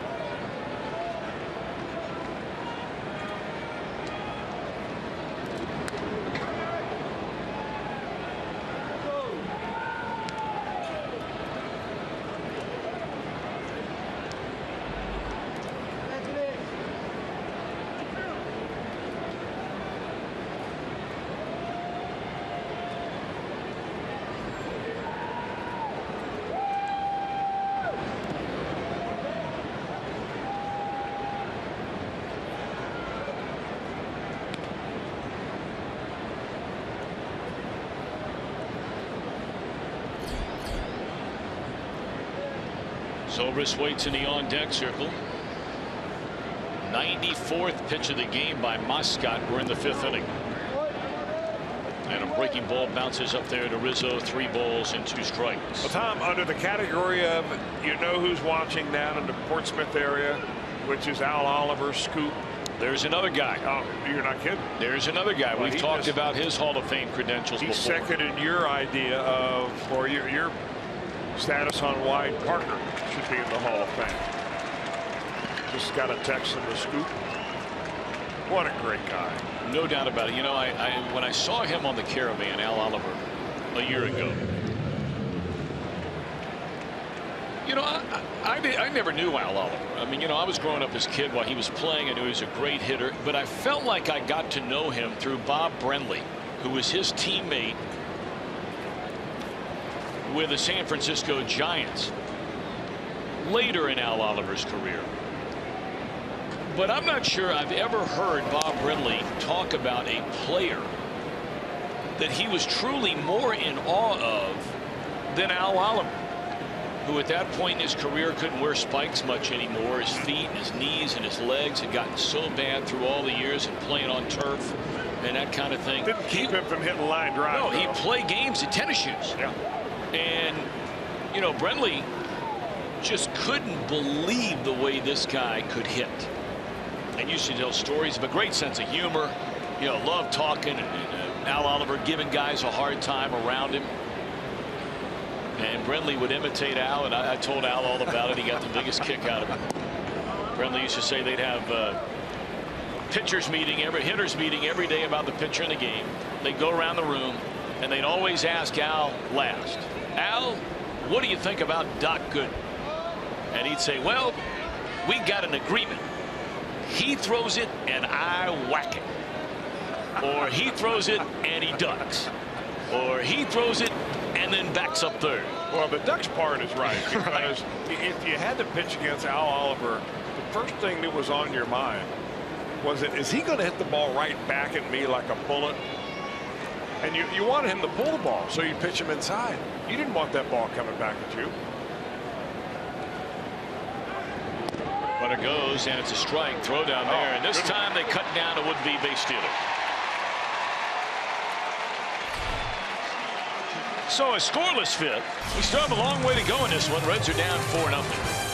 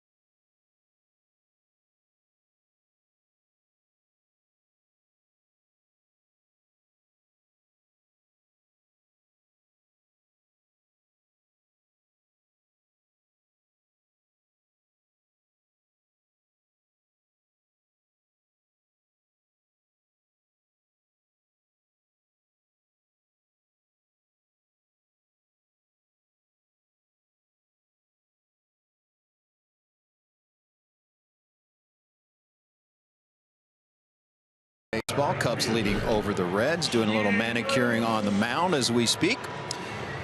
John Lester sets to go to work against Jay Bruce. Now, Jay Bruce has been dealing with a lot on his mind. His wife Hannah is back in Houston expecting the birth of their son. Her due date is tomorrow, and the doctors, Jay tells me, don't want her to go much past her due date, so they will induce her if she does not go into labor tomorrow. Jay told me regardless, after Sunday's game, if she has not had the child, if he's not gotten that call, that he will leave and go to Houston. The players are allowed to have 3 days in this situation, and he will take all 3. So at some time in the next week, the Reds are going to have to do without Jay Bruce, but we wish Hannah the best. They are expecting a boy, as I said, and they've already named him Carter. Well, our thoughts and prayers to Hannah and Jay and their extended families. I tell you what, man, I certainly hope he's able to make it down there for the delivery of that child, because there is no greater miracle in the world right before your eyes than to be there for that. It's here first. Jay trying to bunt his way aboard to get anything started here in the bottom of the 5th inning, but the Cubs were expecting it. And Baez actually coming in a little bit as the only defender. He was playing about here on that very first pitch. Hey, one final footnote, by the way, on Al Oliver. When he was 35 years old in 1982 with the Montreal Expos, he won the National League batting crown that year, hitting .331. And at 35 years young, he had 204 hits, 43 doubles, and knocked in 109 runs. Mr. Al Oliver.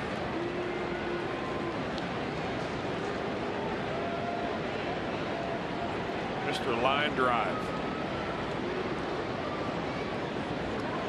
You were saying between innings that Greg Gibson, the home plate umpire, is from that same neck of the woods. Yeah, Al is an ordained minister down in the Portsmouth, Wheelersburg area. Of course, Gene Bennett, longtime Reds scout and Reds operative down in that area. Greg Gibson down there. You see them all in January when they have the dinner to benefit the football murals that are about a mile long in Portsmouth. If you've never been down there to see those, it's just a marvelous sight.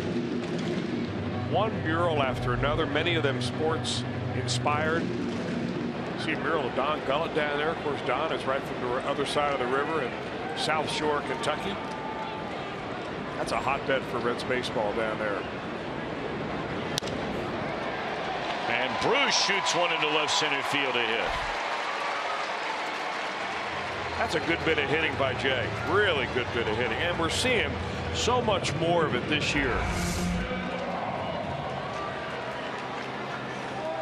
Just staying on it.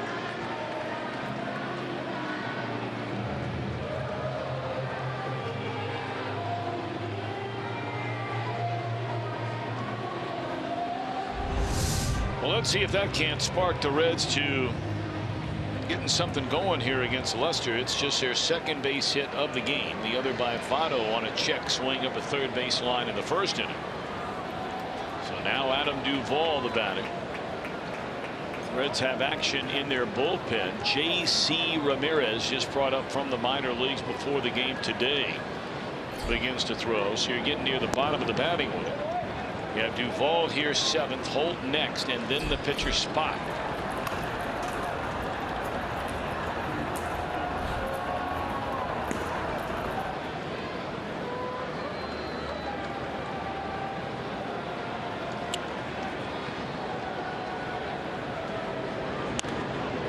Slow breaking ball, and Duvall way out in front. Adam flied out to left field his first time up.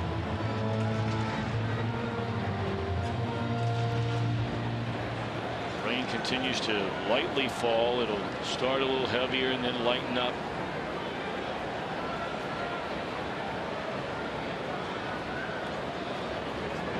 We're told anyway, the longer we go into the night, the percentage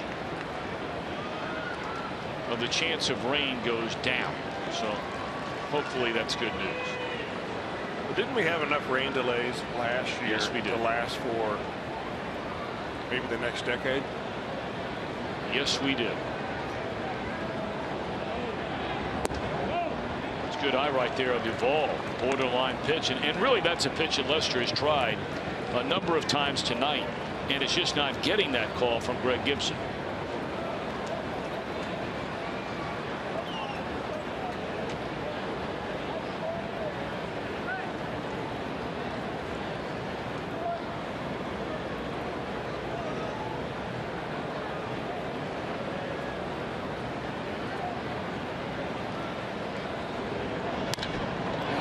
Another base hit. So back to back by Bruce and Duvall. And now a little something working. Yeah, you know, you made a great point about Lester not getting that call. By staying off that previous pitch, Lester had to bring the next one more over the strike zone and actually got it more inside than he ever wanted it to. You see Ross is set up outside. That ball drifts over the inner third, and Duvall is right there to nail a line drive. sometimes it's as important as to what you don't swing at as to what you do swing at. Now the Cubs wondering here what Holt might be up to. Now they're pinched a little bit on the corners. I mean, Rizzo's not coming in yet. Now you're down 4-0. You're only in the 5th inning. Do you think about a bunt here with nobody out, first and second base? More than likely not. But we'll see. But the Cubs, they're wondering the same thing.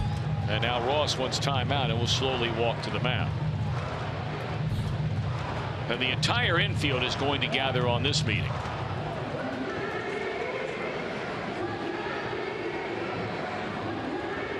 It's another thing I've always loved to see. Chris, maybe you feel differently as a pitcher. But everybody on the same page. Now, could have something to do with the possibility of a bunt. How are you going to play this? What's Lester thinking about? There are a lot of things more than likely going on there, right? Yeah, and when it's this type of situation, you do want everybody in there. You don't want anything left uncertain. But if it's a pitcher having a hard time throwing strikes, or he's on his way getting pulled out of the ball game, you don't need an audience of everybody else in the infield to hear what the manager is going to say to you, although they all want to hear. So they sneak in just close enough.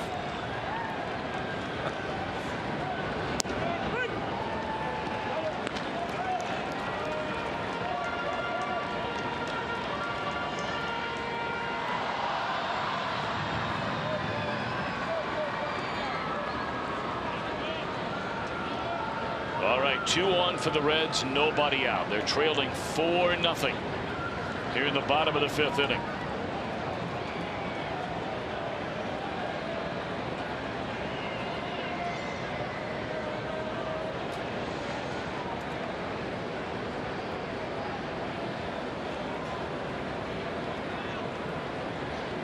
Tyler Holt walked his first time up. 2 out of 9 so far this year, and looks at a strike. Lester ahead 1-2.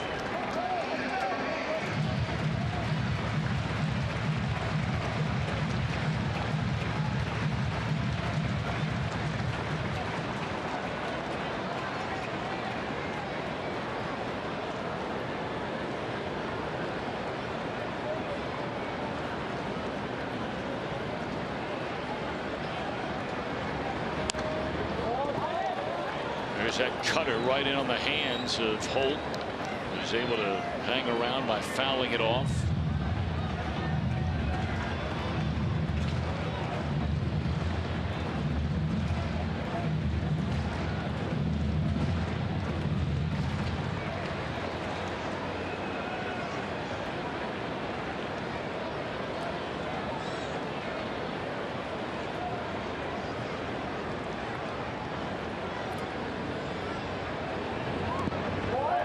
Trying to tease him with that breaking ball. He spun up there at 78 miles per hour. And once more, Duvall lays off of it.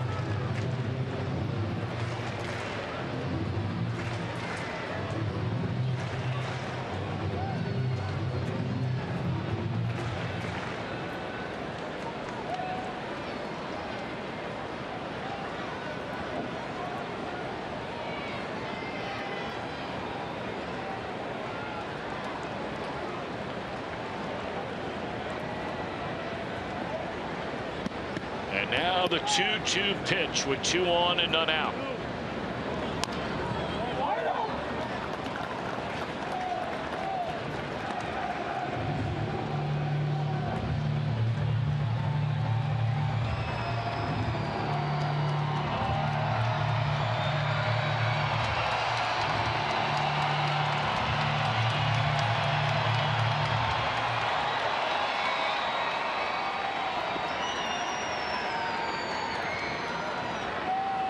Longest at bat of the night for a Red. This will be the 7th pitch.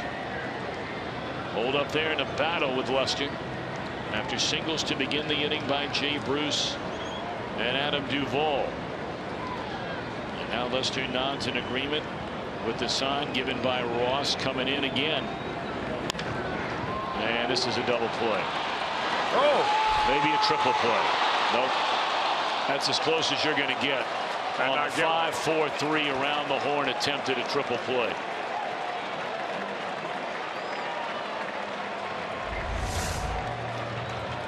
Well, it was hit perfectly by Holt to Baez, and it's a heads-up play by Baez, not to tag the bag, but to go to second base, realizing that he's got a really close chance of maybe getting a triple play. But of course, Holt playing center field tonight, a guy that's very fleet of foot.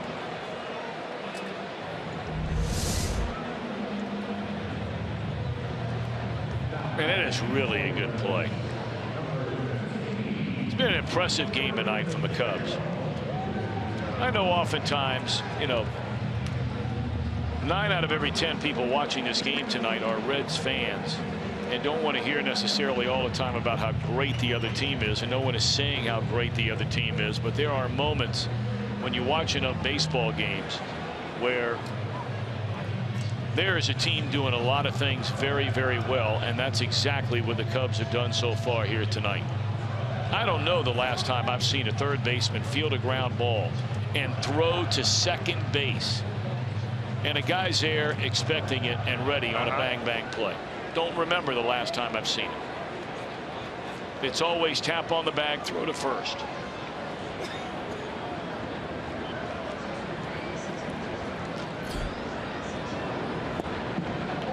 And here's Jordan Pacheco. He will bat for John Moscott, who goes 5 innings tonight. He only allowed 3 hits. He gives up 4 runs. Defense certainly could have been a little bit better behind him. Not only plays that you're charged with an error, but plays where there probably could have been an error or should have been an error, but there wasn't. And the Cubs executed 2 suicide squeeze bunts by Ross and Lester in consecutive at bats, producing a pair of runs in the 3-run fourth. So what do you think about Moscott now, his first 2 starts under his belt from the DL? Well, I'm sure that if you ask John, he figures that it could improve a little bit. I'm not so sure he felt like I don't think he threw enough strikes tonight early on. And a lot of that maybe have to do with giving the Cubs a little too much credit. I mean, you see a team that has been walloping the Reds the way they have, scored 16 runs last night. It's natural to go out there thinking you've got to make perfect pitches. He had a couple very good innings and a couple innings where he just got some bad breaks. The walks had something to do with it.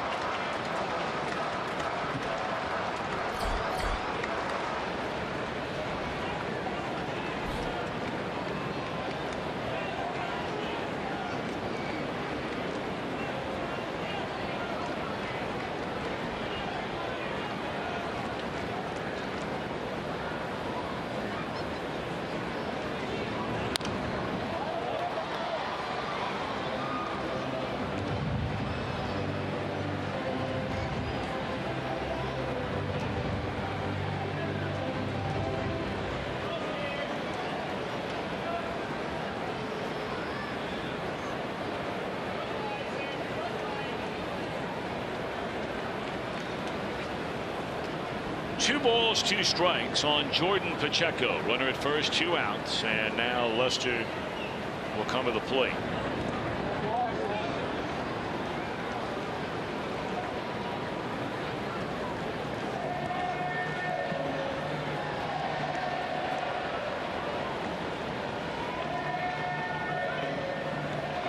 This game closing in on 2 hours young, and we are in the bottom of the 5th inning.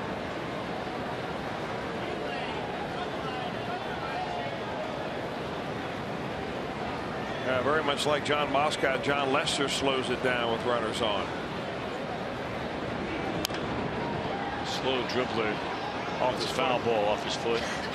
Pacheco limping and got his left foot, must have gotten it pretty good.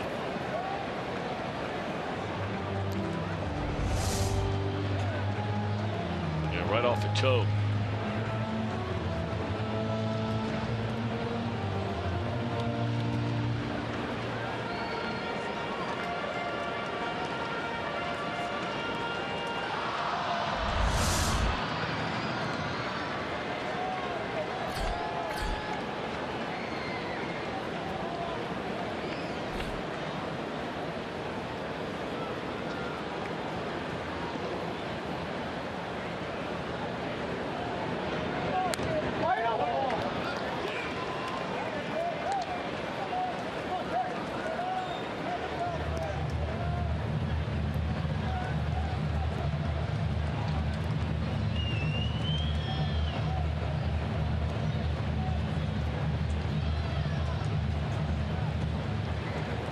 Still 3 balls and 2 strikes on Pacheco, batting for Moscot. Inning started with back-to-back hits, and the Cubs turned the double play, so Holt will start again on a 3-2 count. And another foul ball off to the first base side.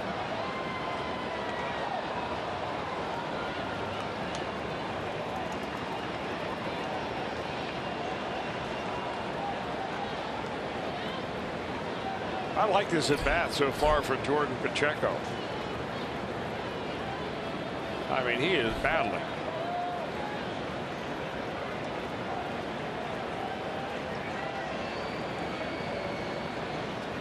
Three balls, 2 strikes once more. The battle continues. And a bouncing ball to Russell. He'll throw on to first. And a promising start, a disappointing finish.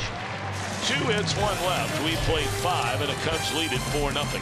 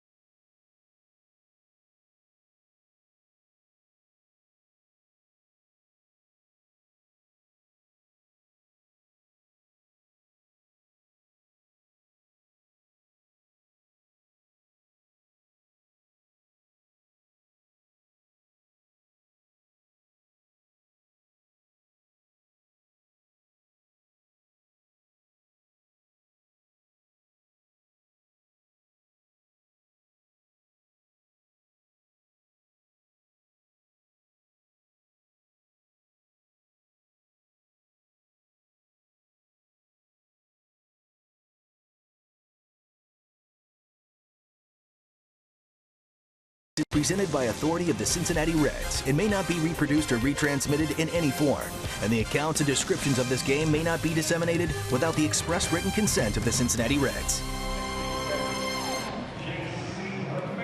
Tomorrow, David Ortiz looks to continue his blistering start to his final season as the Red Sox battle the Astros at 3:30 Eastern on Fox Sports 1, or you can watch it live on Fox Sports Go.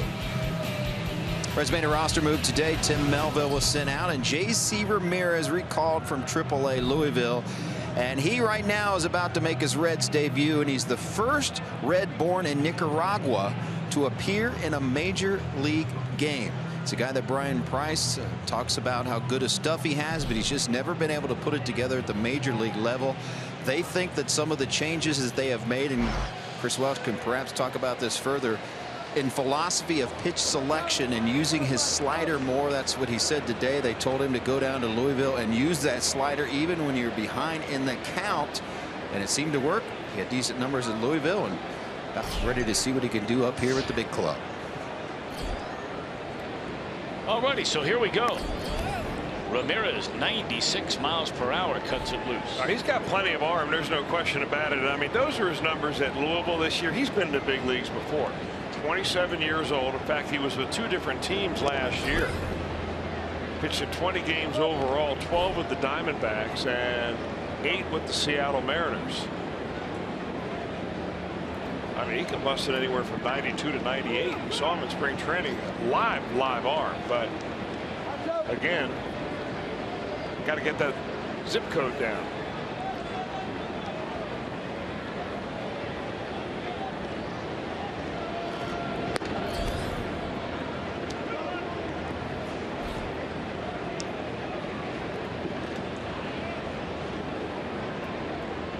Ben Zobrist batting in the 5 spot, leading things off here in the Cubs' 6th inning. 4 runs, 3 hits for Chicago. No runs, 3 hits for the Reds, and it's 3 balls and 1 strike on Zobrist, who tonight has popped up and drawn a walk. Strike on the outside corner.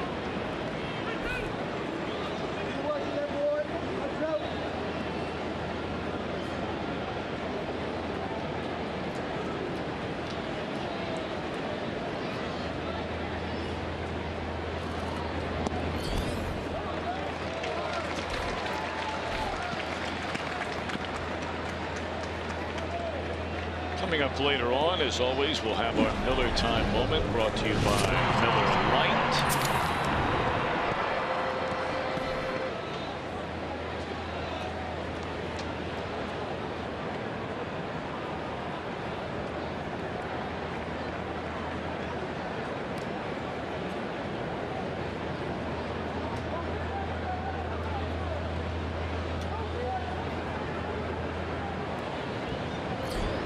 You know, we were talking this time last night, Jim Day, you were all over the Homer Bailey story and his rehab for Louisville. Well, the beat goes on for rehab starts tonight, because John Lamb, a young man that certainly would have been in the mix for a spot in the Red starting rotation to open the year, before, you know, they realized after having a back surgery during the offseason that his start to spring training would be delayed, and so that's really set him back a good solid month plus, but now on the comeback trail. Any word yet on his numbers tonight in Louisville? Unfortunately, Tom, it did not go well tonight at all. He only went 2 2/3 innings, gave up 11 hits and 9 earned runs. So the trail back for John Lamb will seemingly be a little bit longer. He is not guaranteed once that he is stretched out enough that he's going to come back to the big club. They will certainly keep an eye on his numbers, unlike Homer Bailey, who they know his track record, and they just want to get him through healthy. All right, well, you know, we'll keep an eye on what's going on with Lamb. Obviously, the first thing you're most concerned about is, you know, how he feels when he comes back tomorrow. You know, kind of interesting though, Tom. You bring up Lamb. A lot of people have forgotten all about John Lamb, and you know, his comeback now from back surgery, also a big strengthening process of trying to get his core strong. I mean, one game, you can't worry about that. No. You know, hopefully John Lamb doesn't worry about it. The Reds don't either. But it's just interesting. Now, when you start adding John Lamb to the mix, we've already seen Robert Stevenson a couple of times. You know, we were very impressed with Cody Reed in spring training. I mean, these are up and comers. Amir Garrett, from what I understand, got off to a good start. Haven't seen what he did this last time out. He's down in Double-A. Nick Travioso. The Reds have some comers up in the next, you know, either months or years that are, you know, quality type pitchers that we haven't seen the caliber of in quite a while. The question is, when will they be big league ready, and what will they do when they get here? That ball's in the air to right field, and right at the edge of the warning track.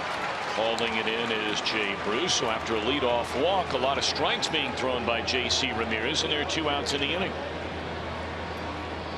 You know, sometimes you have a young pitcher like Ramirez. I say young, he's 27.5 years old, but you know, when you throw hard, and that is the reputation that you have, and you get a shot in the major leagues like this, what do you want to do? You want to get out and show everybody how hard you throw. So your mechanics go bad, your shoulder flies open, you start missing the strike zone. Then you got our guy on base, you say, uh-oh, I don't want him to score. I better get back down to pitching right here and not worry about how hard I'm throwing. You know, we asked a question, and Joe Luckham, our statistician here in the booth, was able to run this down. We asked about David Ross, how many successful suicide squeezes he's had in his major league career. He had 28 total sacrifices in his major league career, spanning well over 2,200 at bats. He add in all the walks, plate appearances, which of course sacrifices do not count for at bats. He has 6 of them, but the one tonight was his first since 2011. He actually had 3 suicide squeeze successfully executed as a member of the Cincinnati Reds. So how about that?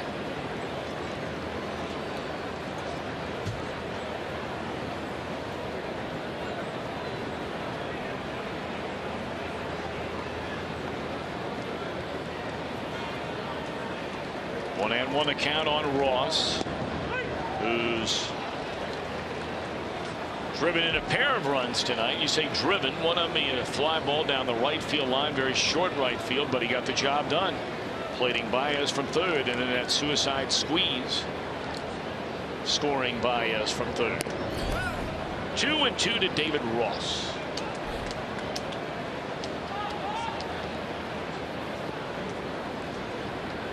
Truly one of the real likable guys that has ever played Major League Baseball is David Ross. As we've talked about, that at least the plan is this is his final season. You know, you're always subject to change your mind.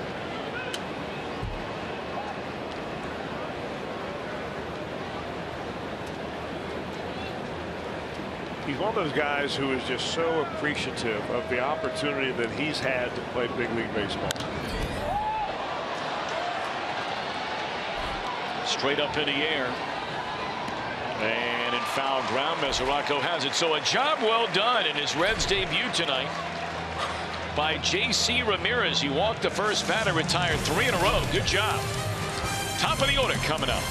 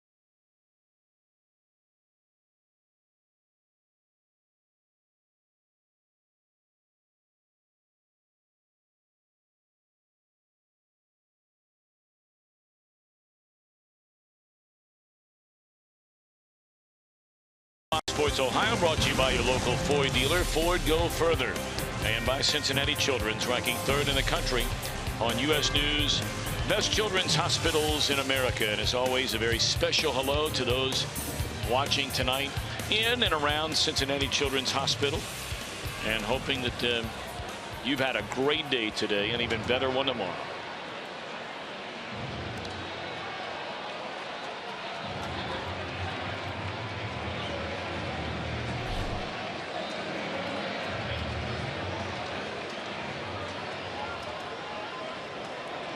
So John Lester will climb the rubber. And it's a top of the order for the Reds, trailing 4-0. Well, he keeps reaching down to, well, maybe not. I don't know. It seems like he's been, sort of reaching around the wrist area a lot here tonight, trying to perhaps keep those fingers dry.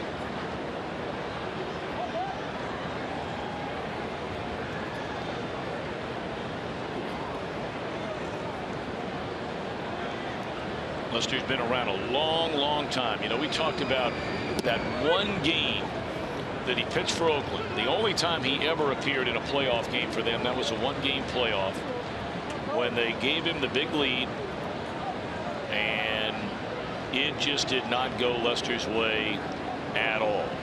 Gave up 8 hits and 6 runs. That's in the air to left center field. And the Reds are on the board for the first time in this series.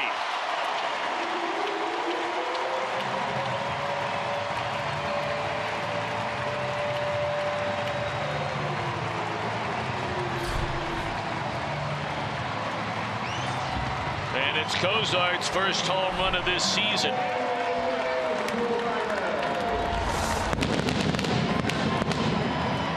As that goes up, to get a high fastball right there. I'm not so sure Lester wanted that ball up. Cozart is very quick on a pitch up. We saw that when he first broke into the major leagues a few years ago. That's a home run blast that people have been waiting around here for a while here. That's Cozart's first home run since just before he was injured last year on June the 9th. You may remember Cozart had 9 home runs over the first 2 months of last season. Suarez quickly behind, 0-2.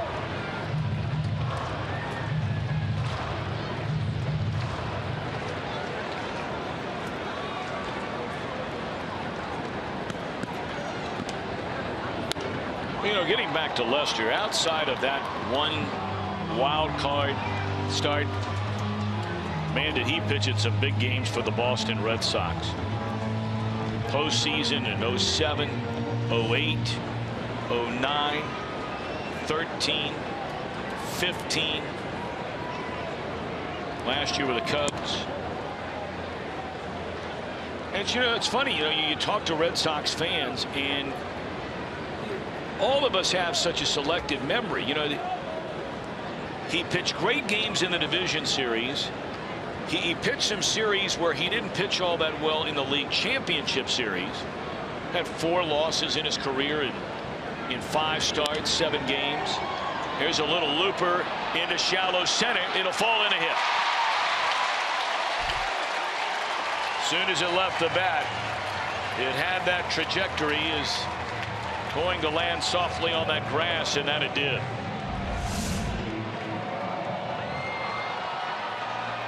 Lester got in there on him a little bit. Suarez, he dropped that slider in on his hands a couple of times. That time came in with the fastball, and the loop in right center field.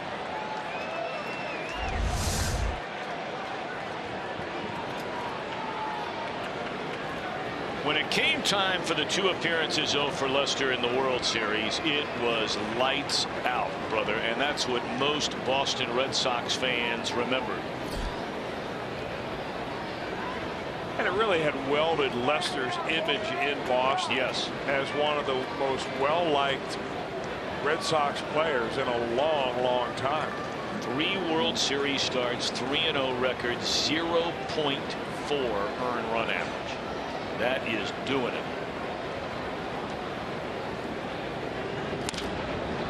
Now this will be a double play, and just like that, the bases are empty. 2 down here in the 6th. All right, GS bringing the energy. We talk about Lester and the kind of career he's had going back to 2006. I mean, look where he ranks. Starts, wins, win percentage, strikeouts, innings, all among the top 10. He has had one outstanding major league career. And you may remember that John Lester was diagnosed with cancer at age 22, non-Hodgkin's lymphoma. And when he recovered from that, he had chemotherapy and everything that goes along with it to get him well again. There was a young player in the Red Sox minor leagues that was also diagnosed with cancer. And when he went to Boston to get treatment, well, we're going to get back and finish this story next week, because it is certainly worth talking about. Reds get a run. They get the home run by Cozart, but Lester squashes the idea of anything more. Hey, we've got a long way to go in this one. This game's not over. 3-run ball game. It's 4-1.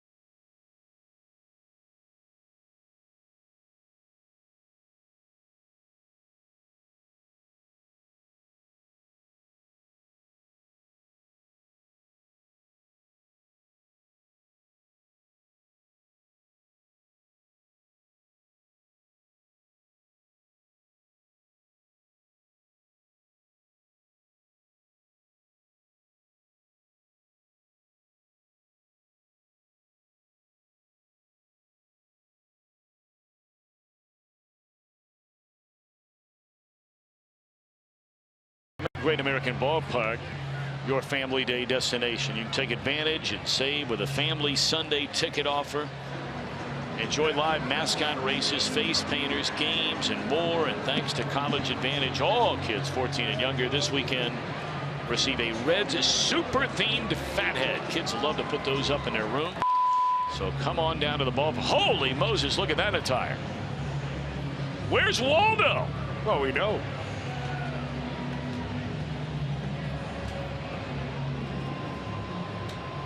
You know, maybe one night we ought to dress up like that for a telecast. What do you think? What do you mean we? That's not a French word for yes. That would be W-E. I'm game for it, sure. Sure you are. I mean, be a good look. I mean, I even got you to wear a bow tie, I think, once last year. No, I wore more than once. And when you come back on Tuesdays, I'll wear them with you this year. All right. Although you didn't show the other night. We got to win. And our good friends at Mike's Car Wash back with us again this year.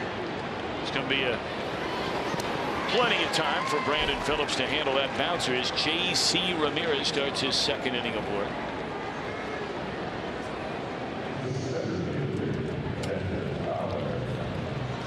Ramirez is a big guy. 6'4", or maybe even a little bit more. Goes about 250.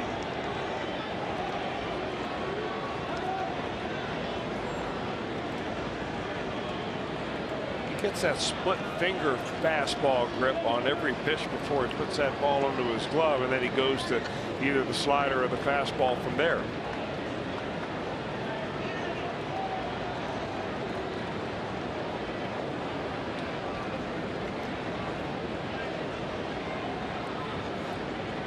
Fowler is 0 for 3, has hit 2 rockets. One a diving play by Votto to his right leading off the game, and then the last one almost knocked Brandon Phillips off the infield dirt to the outfield grass. He hit it so hard.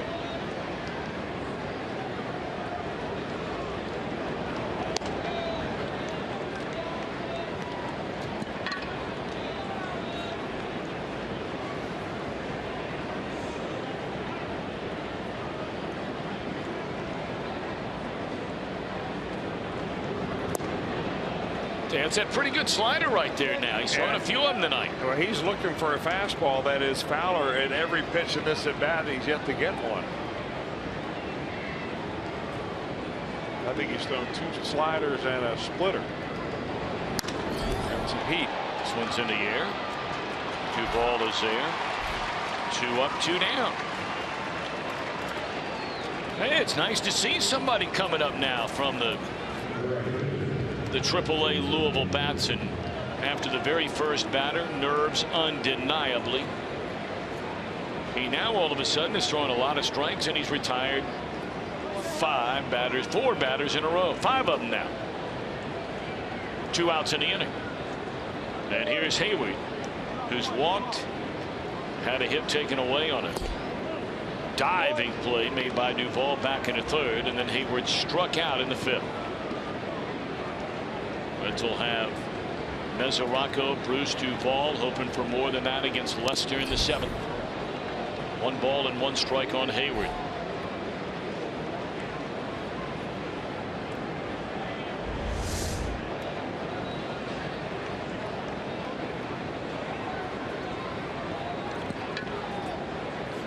They may have gotten Mesoraco on the exposed part of that right ankle, or maybe the heel of the right foot. That foot slurring turned slightly out. Short center. Holt coming hard. He'll run it down. What a nice outing tonight for J.C. Ramirez.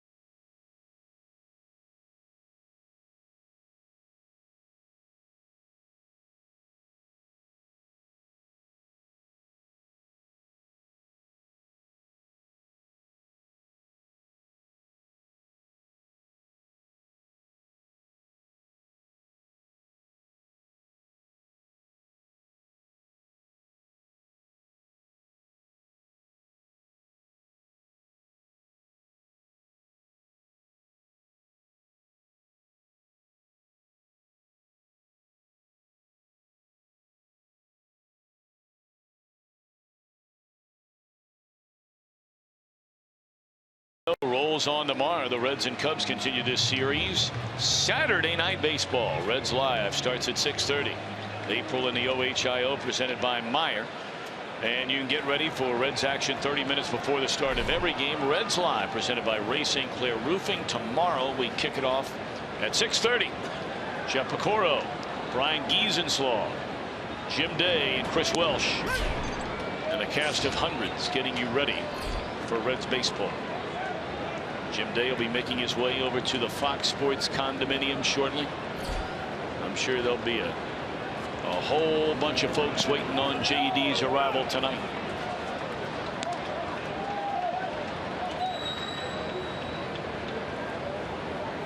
Be nice if he had a victory to talk about tonight. Sure would. This ball club has been very dramatic so far in this short season, especially at home. Yes. I want to get back to that to finish the story Yes. about John Lester, who was diagnosed with cancer at 22, had a round of chemo, has put the disease in remission, and he's essentially cured. So when it was an 18-year-old Red Sox minor leaguer that was also diagnosed, Terry Francona, the manager then, and Theo Epstein went to Lester and said, would you meet with this young man? Because sometimes a teammate can say things that no one else can. Sure. About his experience of going through the recovery and the treatments and what it's like and so on. And they had a special bond with this 18-year-old who was just had been signed the year before by the Cubs, or by the Boston Red Sox. And as it turns out, that they are teammates now. They were reunited, and that young minor leaguer is Anthony Rizzo. And it's a story and a bond, of course, that they have been able to keep it. Every once in a while, Rizzo will bring it up and laugh about it and smile about it. But there's something that goes very deep between those two. Sure.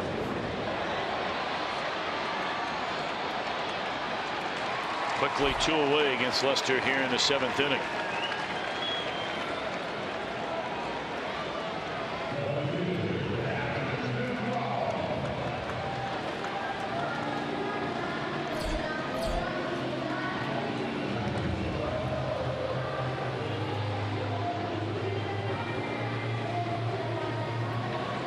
Look at these last 2 innings. 17 total pitches for Lester. He got through that 4th inning on 7. That's when he went through Votto, Phillips, and Mesoraco.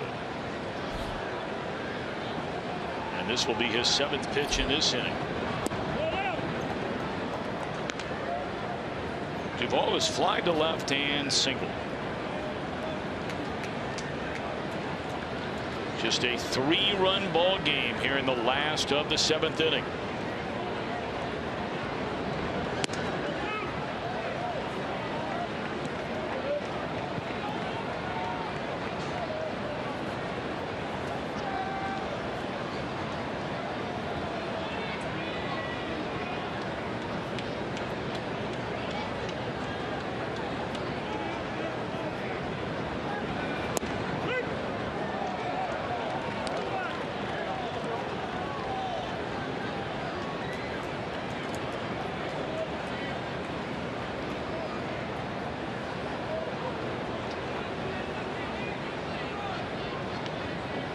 Two and one on Duvall. And now 2-2.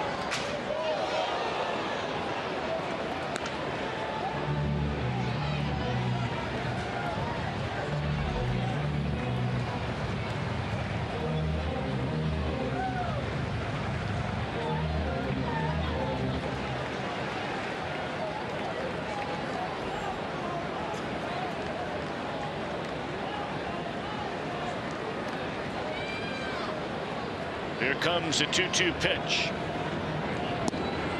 And it's ball 3. Lester wondering where that one missed. The lower part of the strike zone has not been called strikes regularly tonight.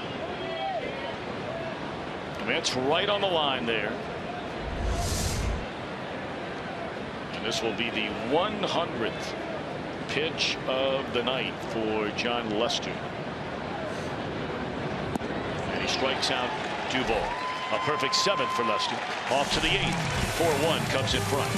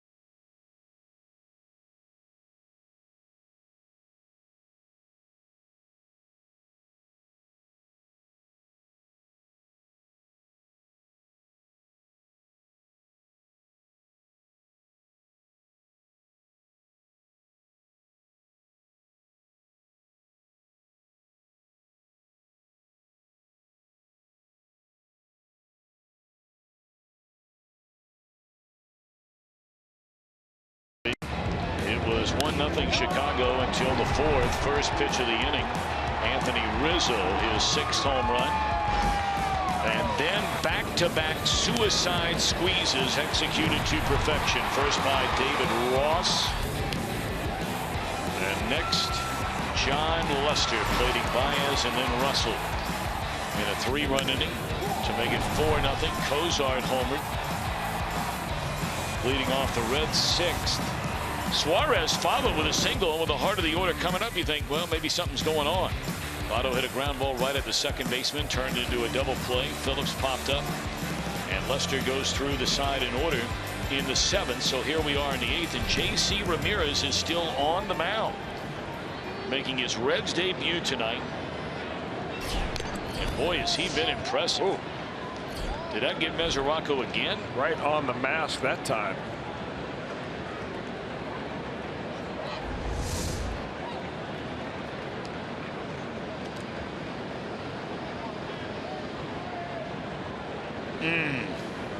Oh boy.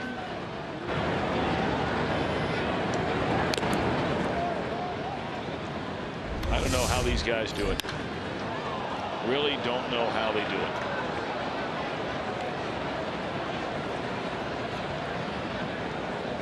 That's the old-fashioned mask that Devin Mesoraco uses. You see the home plate umpire Greg Gibson wearing more of the hockey style.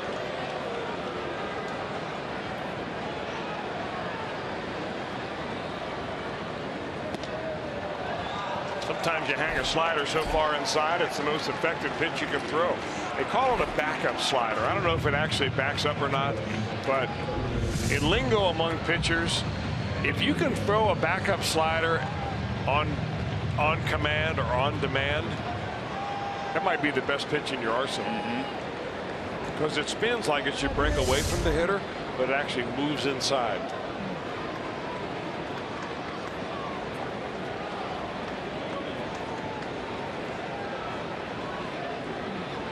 Defying physics. Which I'm sure you did a lot of that when you were. Oh, there's no doubt about it. You know, physics comes in many different forms. Okay. I just gave you one example. Yes, you did. There are others, I can assure you. There's a high hopper. Votto will feed Ramirez at the bag, and there are 2 away in the inning.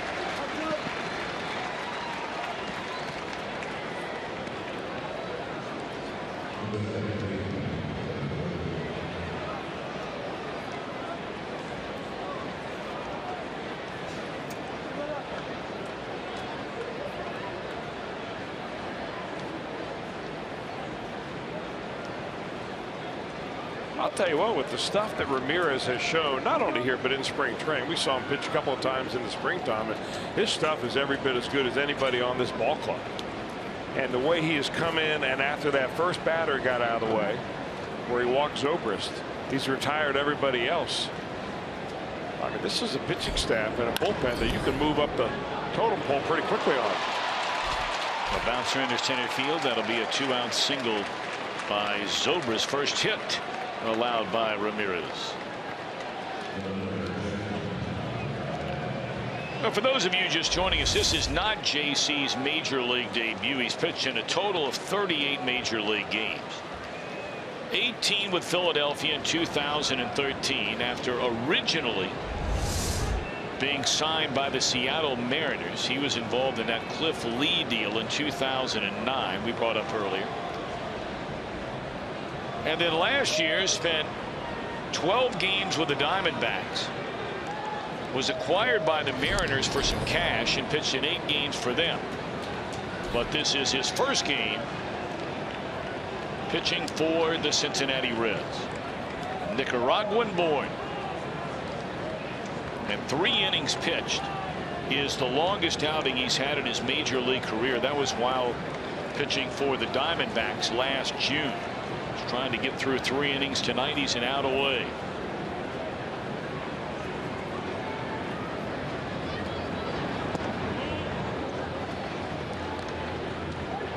There's only one other current player in the major leagues, active player this year in 2016, who is from Nicaragua, and that is Erasmo Ramirez, who is pitching now in Tampa Bay.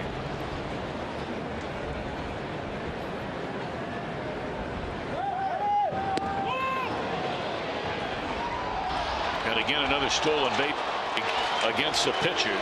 That's not on Mesoraco.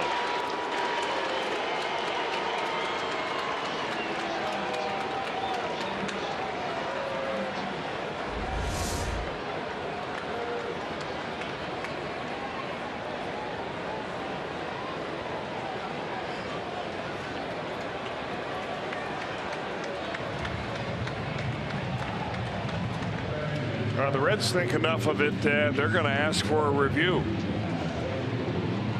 They think the tag, even though it was a quick pick by Brandon Phillips on the short hop, but his glove may have touched Zobrist on the head before Zobrist was able to get his arm in there.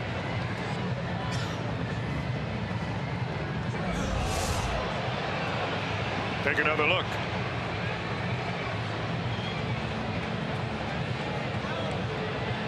Tag upside the head. It looked to be on the bill of the helmet before that left hand found the bag. We'll see. You're talking about players from Nicaragua and only 2 now.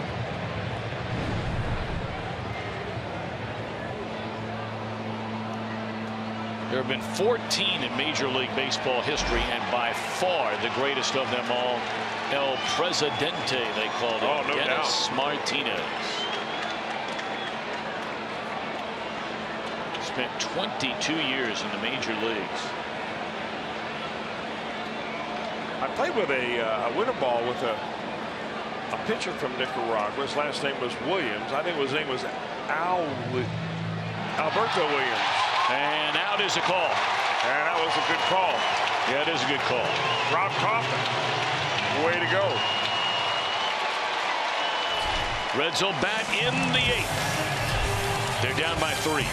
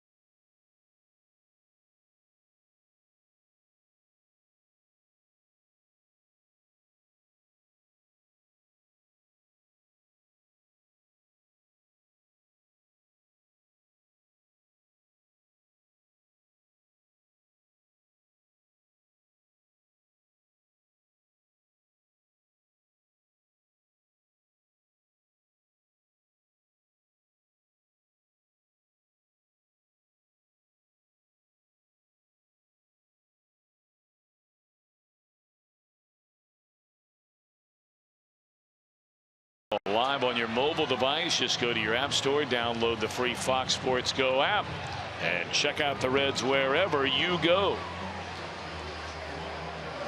All right, John Lester in 7 innings delivers another quality start. We talked about this Cub team. It's the best start in the history of their franchise in relation to their starting pitchers. They have 11 wins in their first 16 games. And it's funny because they feel like their bullpen can be a major strength of this team. And the guy on the mound right now, Pedro Strop, one reason why. But the bullpen really hasn't been tested all that much. Their starters are going so deep into the game and they've had a lot of blowout type wins. You don't really know what the bullpen can do under pressure. You realize tonight is their 17th game. You want to take a guess at how many runs their starters have allowed in 17 games? I wouldn't. You know, I like to know is that, but I also like to know the run differential for their starters, meaning how many runs have they scored while their starters have been out there. Well, I can tell you how this. many that they have given up. The starters have allowed a total in now 17 games. Think about this. Their starters have allowed 29 runs in 17 games. But the Reds are still in this thing. Yep. I mean, we're in the bottom of the 8th inning. There wasn't a whole lot of doubt about last night. The 16 runs, a no-hitter by Arrieta. But tonight, the Reds very much in this one. They're down 4-1. Holt, Schebler stands in the on-deck circle. And then we go back to the top of the order. Check swing, and that's strike 3. Well, that's nasty right there. You know, Pedro Strop has developed into one of the best setup man in all of baseball. And you forget that he was also one of those players who was in that Jake Arrieta deal when they made a deal between the Cubs and the Baltimore Orioles that sent Arrieta from Baltimore to Chicago. Oh, by the way, you can also have this relief pitcher named Strop. And all he has done for the last couple of seasons with the Cubs is have earned run averages under 3 and strike out more batters in innings pitched.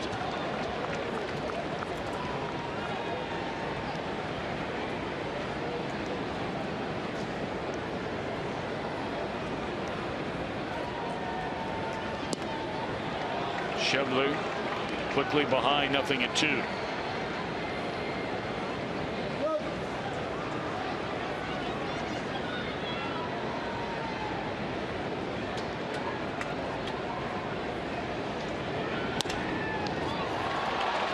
Strop will give the underhand feed to Rizzo. 2 away in the inning. So Ramirez, as Hoover is warming up in the bullpen, Ramirez matches his career high, pitching 3 innings here tonight. The only other time he did it was June the 8th of last year in a Arizona Diamondbacks loss at Dodger Stadium. But in his Reds debut, very impressive tonight. J.C. Ramirez, 3 innings, 1 hit, 2 strikeouts, walked the first batter he faced. No runs.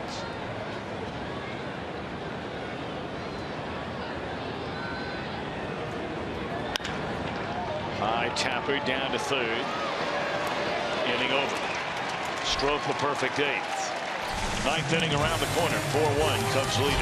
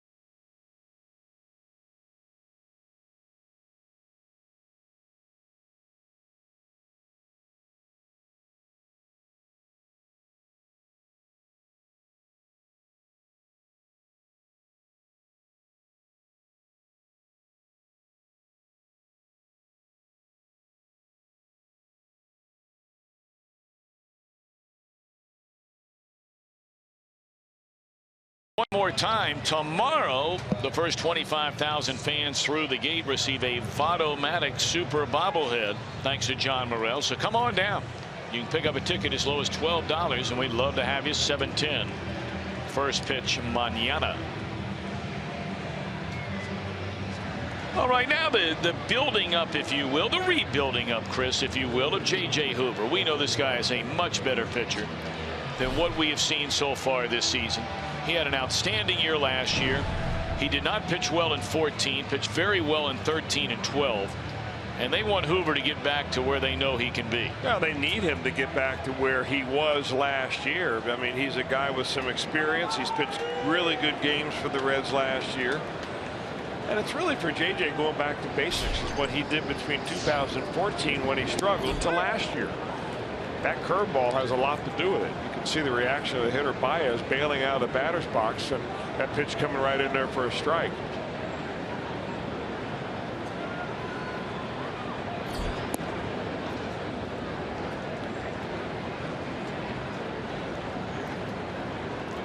Baez, Russell, Ross here in the Chicago ninth. Reds have out hit them 5-4. Cubs have outscored them 4-1. Another good breaking ball. And why not? I mean, there's no rule out there that says closers have to throw fastballs. I mean, we got used to that over the last few years with the Rollers Chapman coming in the ninth inning. But the idea is you just get hitters out. Francisco Cordero comes to mind. Yes, he got people out for a long time.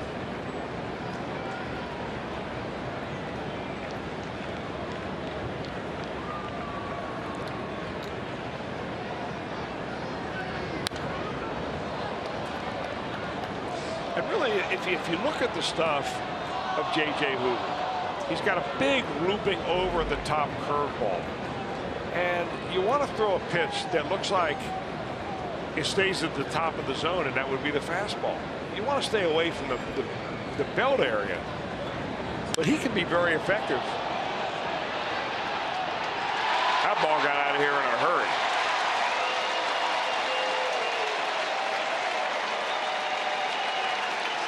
Now that was the area you want to stay out of, which is the belt area. But I mean, just to complete the thought, you throw the high fastball at the letters and you start the breaking ball there, and presumably if you finish it'll come down around the knees.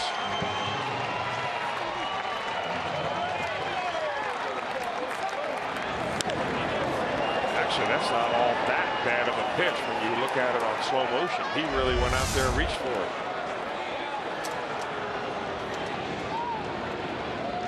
That makes it a 5-1 Chicago lead.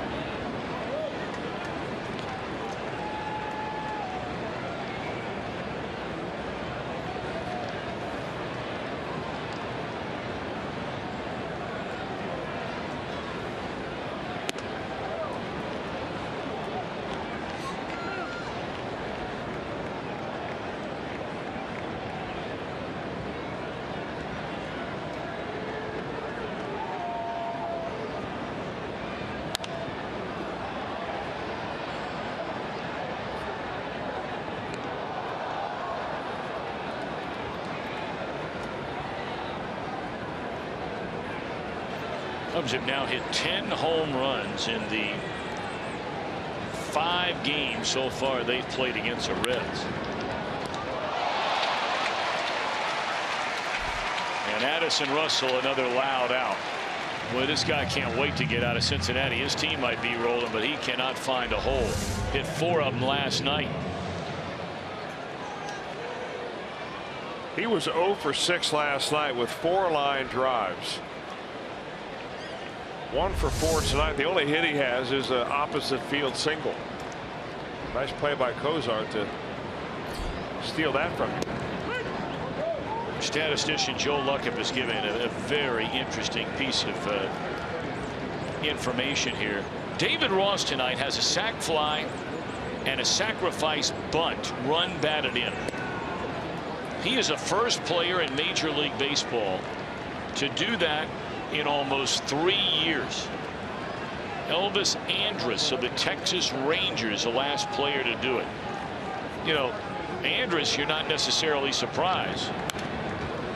And maybe after the information we gave you earlier, I shouldn't be all that surprised with David Ross.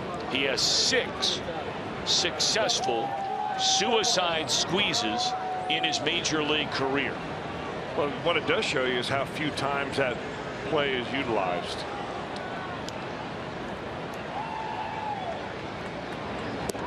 I mean, it's more than just conceivable. It's probable that we will not see a suicide squeeze bunt successfully executed for 2 months. Yeah.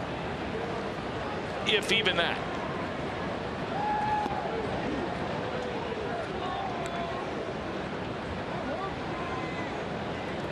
I think there was a time, you know, when teams were scoring way more runs, called the steroid era, Sure. right? You didn't want to do that because everybody was capable of hitting a 3-run home run. But now that the scores of the games have been, you know, smaller numbers, pitching has dominated, strikeouts have dominated. You get a guy at third base, the manager's thinking about winning a ball game. Why not? You may get a call from the player's agent, but you can handle that. Yeah. Player's agent doesn't manage the team. There's strike 3 call. Nice pitch by Hoover. Well, our Miller time moment brought to you by Miller Lite. Go back to a play made off the bat of Hayward in the 3rd inning by Adam Duvall. This was an outstanding defensive play.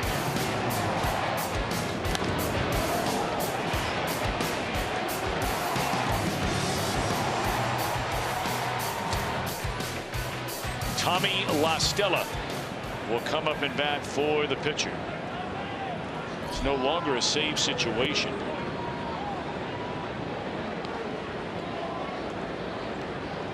It would have been a save situation if they'd have brought Strope back, because he entered the game when it was a 3-run game.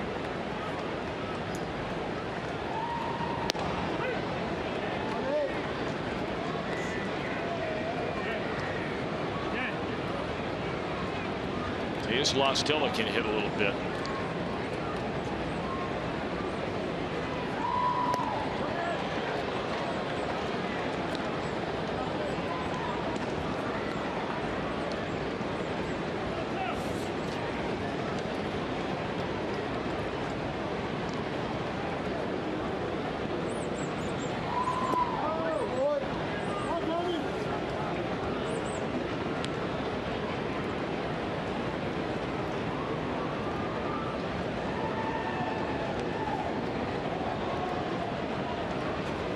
Justin Grimm getting loose in their bullpen.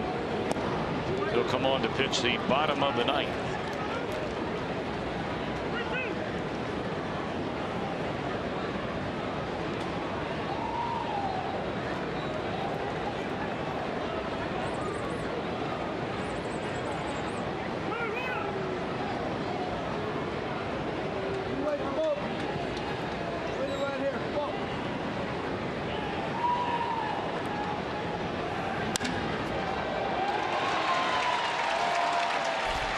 Sizzles by Brandon Phillips into right center field. Well, coming up after tonight's game and after every Reds game here on Fox Sports Ohio, we invite you to stick around for Reds Live, brought to you by Performance Kings Honda. Jeff Piccoro standing by down on the field as Jim Day makes his way to the Fox Sports Ohio condominium. Dexter Fowler's been on base more than any other major league player so far this year. He has not been on base tonight. If they can retire him right here and right now, it would be just his 2nd start all year for Fowler where he has failed to reach base.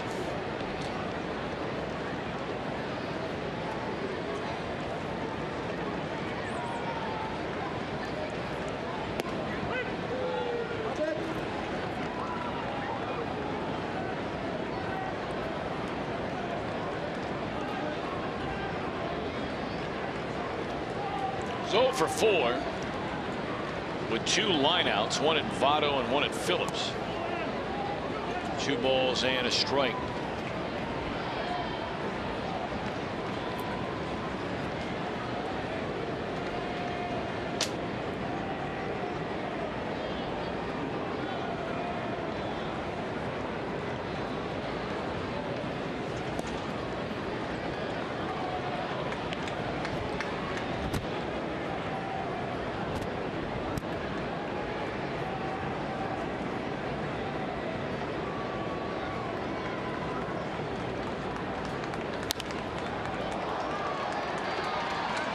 Three and 2 on Fowler.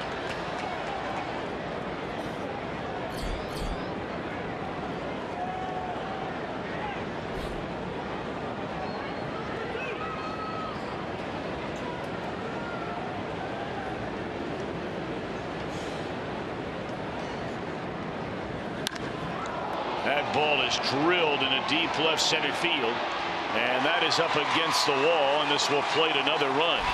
La Stella races in from first, so Fowler gets on after all with an RBI double. 2 runs here in the ninth to make it 6-1 Chicago. Now, Fowler had hit 3 line drives that were caught previous to that one right there. No one was catching that one. It went up against the left center field wall. And that's a part of the strike zone that nobody can live in. This side of her Aroldis Chapman.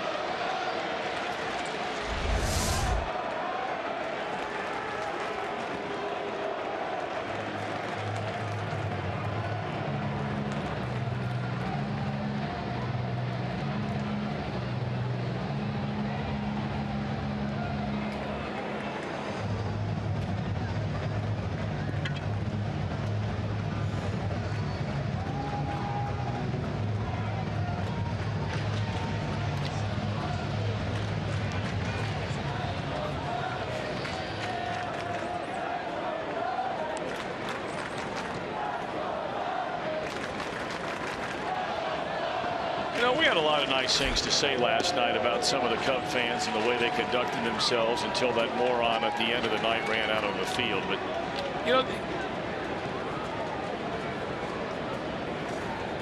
I think everybody agrees, you get behind your team, you love your team, you root for your team, all that kind of thing. As that one is hooked down the right field line into the corner, this will bring in another run. And Hayward will stop with a run scoring double, 7-1.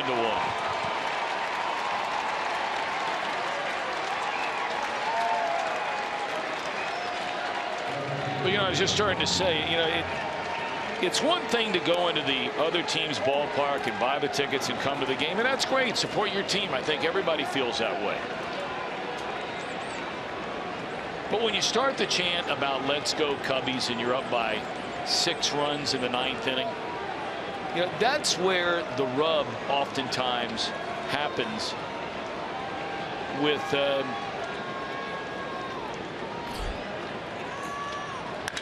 enough already.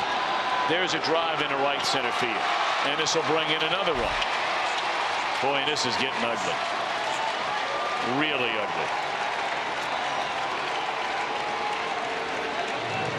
Well, not only ugly, but painful. And painful not only for J.J. Hoover, but for Brian Price, who has shown a lot of faith in J.J. Hoover throughout spring training. Said, J.J.'s my guy, staying behind him, giving Hoover a chance to get out there and try to get some work in, and he just can't go any farther. This is tough for both of these guys. Yeah, it really is. And you can't find a better human being on this pitching staff or on this entire team than J.J. Hoover. You're right about that. Going through a real rough time right now.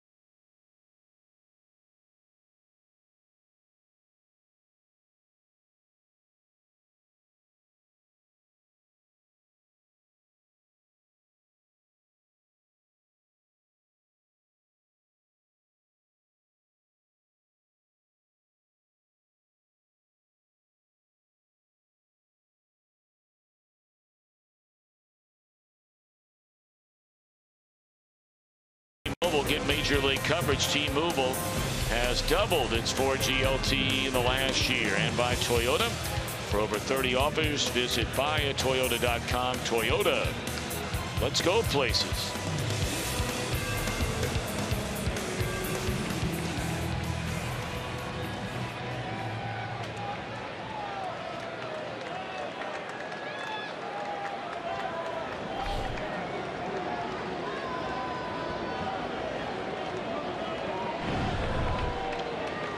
Ross Ohlendorf will replace J.J. Hoover.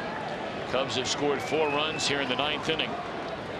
Runner at second, 2 outs, and the batter is Anthony Rizzo. Be careful on his first pitch.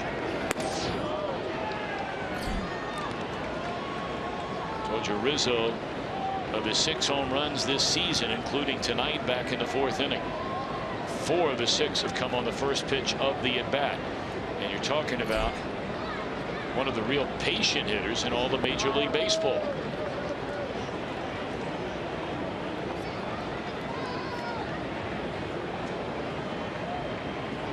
Four runs so far in the inning. 3 have scored with 2 outs and nobody on. Cubs have 4 straight hits. Listella single, doubles by Fowler, Hayward, Bryant producing runs.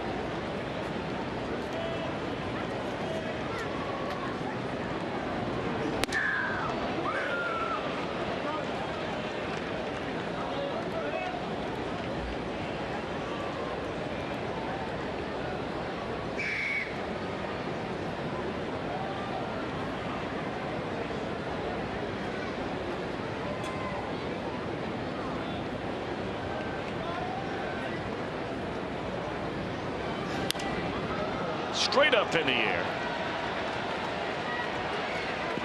And the inning comes to an end. Cubs get 4. Reds will bat in the bottom of the 9th. 8-1 Chicago.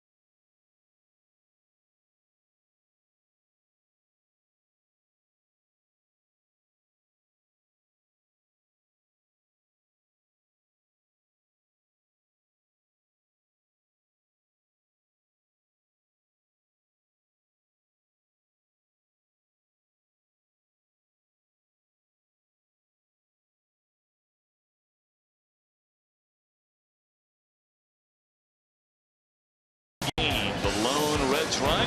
Cozart getting his first home run since he was injured last of June. It's nice to see.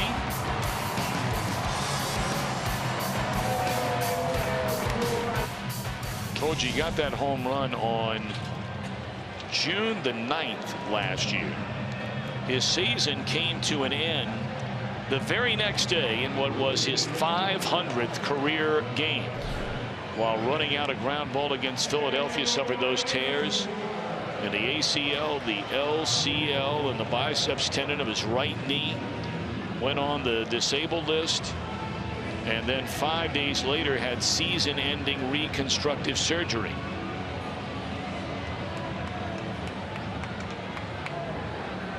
And he is off to an excellent start this season. Another guy really easy to root for. Good to see good things for him. All right. Here we go in the bottom of the ninth. Justin Grimm, a right-hander, takes over on the mound for Joe Maddon's team. Grimm has been a member of the Cubs bullpen since 2013 when he was traded in the Matt Garza deal. Garza went to the Rangers, and Grimm came from the Rangers where he was a starter. They converted him to a reliever at that point, the Cubs did, and he had a rough spot there, and I guess in the early part of his career with the Cubs, but he's been really pretty solid last couple of years. I mean, last year he had 67 strikeouts in 49 innings.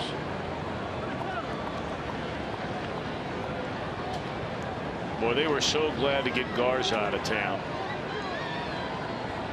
That was a guy who, you know, after he had left, he made all those comments publicly, like he was having a conversation with Jeff Samardzija.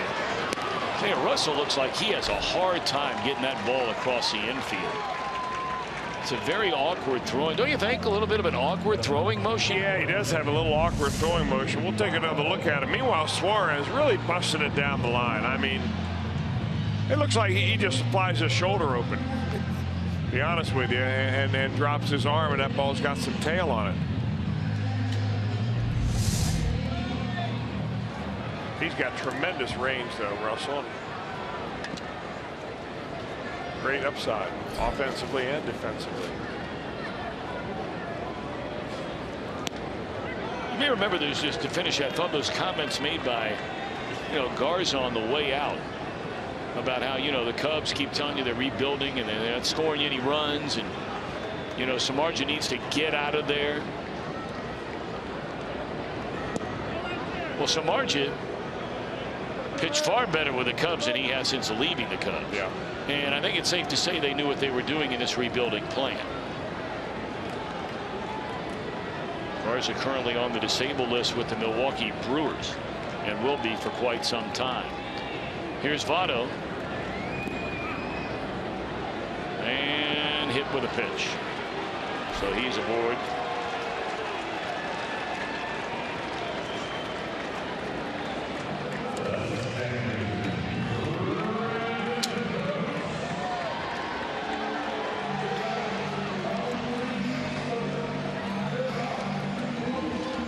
Joey on base twice tonight, a single, and now hit by a pitch, and here comes Brandon Phillips, who's 0 for 3.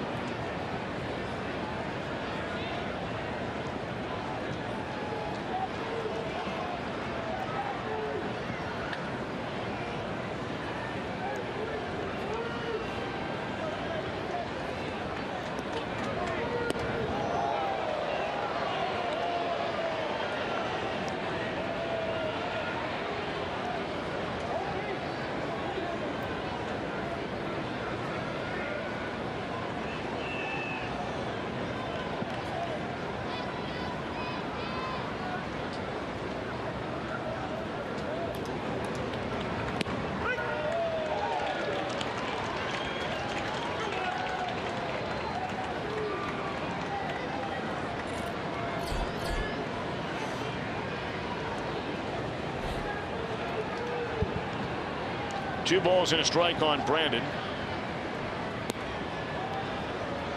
This was a 4-1 game until the Cubs came to bat in the top of the 9th inning. Knocked down by Grimm. He finds the ball, and he'll get the out. Reds down to their final out. Votto on to second base.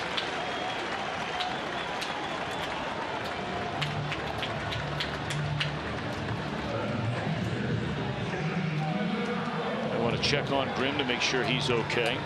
Greg Gibson, the home plate umpire, out for a quick visit.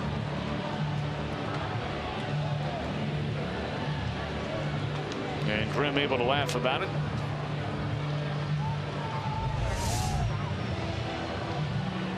Got him on the back of the right leg, it looked like, that one hopper.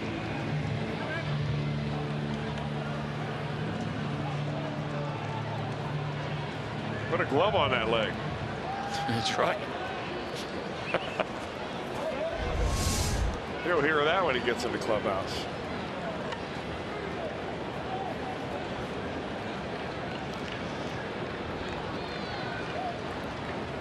So here's Devin Mesoraco with 2 outs and a runner at second.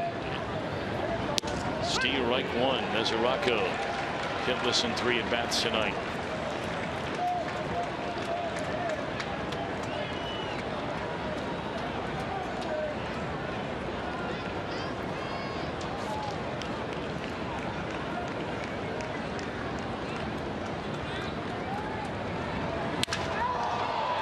And that's the old ball game on the broken bat liner to short. The Chicago Cubs are rolling. There is no debate about that. Major League Baseball's best record. Their starting pitching has been incredible. Their offense, patient, drawing walks, getting hits, hitting the long ball, 10 of them in 5 games against the Reds this year. Solid defense. They look the part right now. All right, 2 games down in this series. Tomorrow night will be game 3. And the pitching matchup tomorrow night will feature Dan Straley against right-hander John Lackey. Time for Reds Live, the postgame version, right here on Fox Sports Ohio.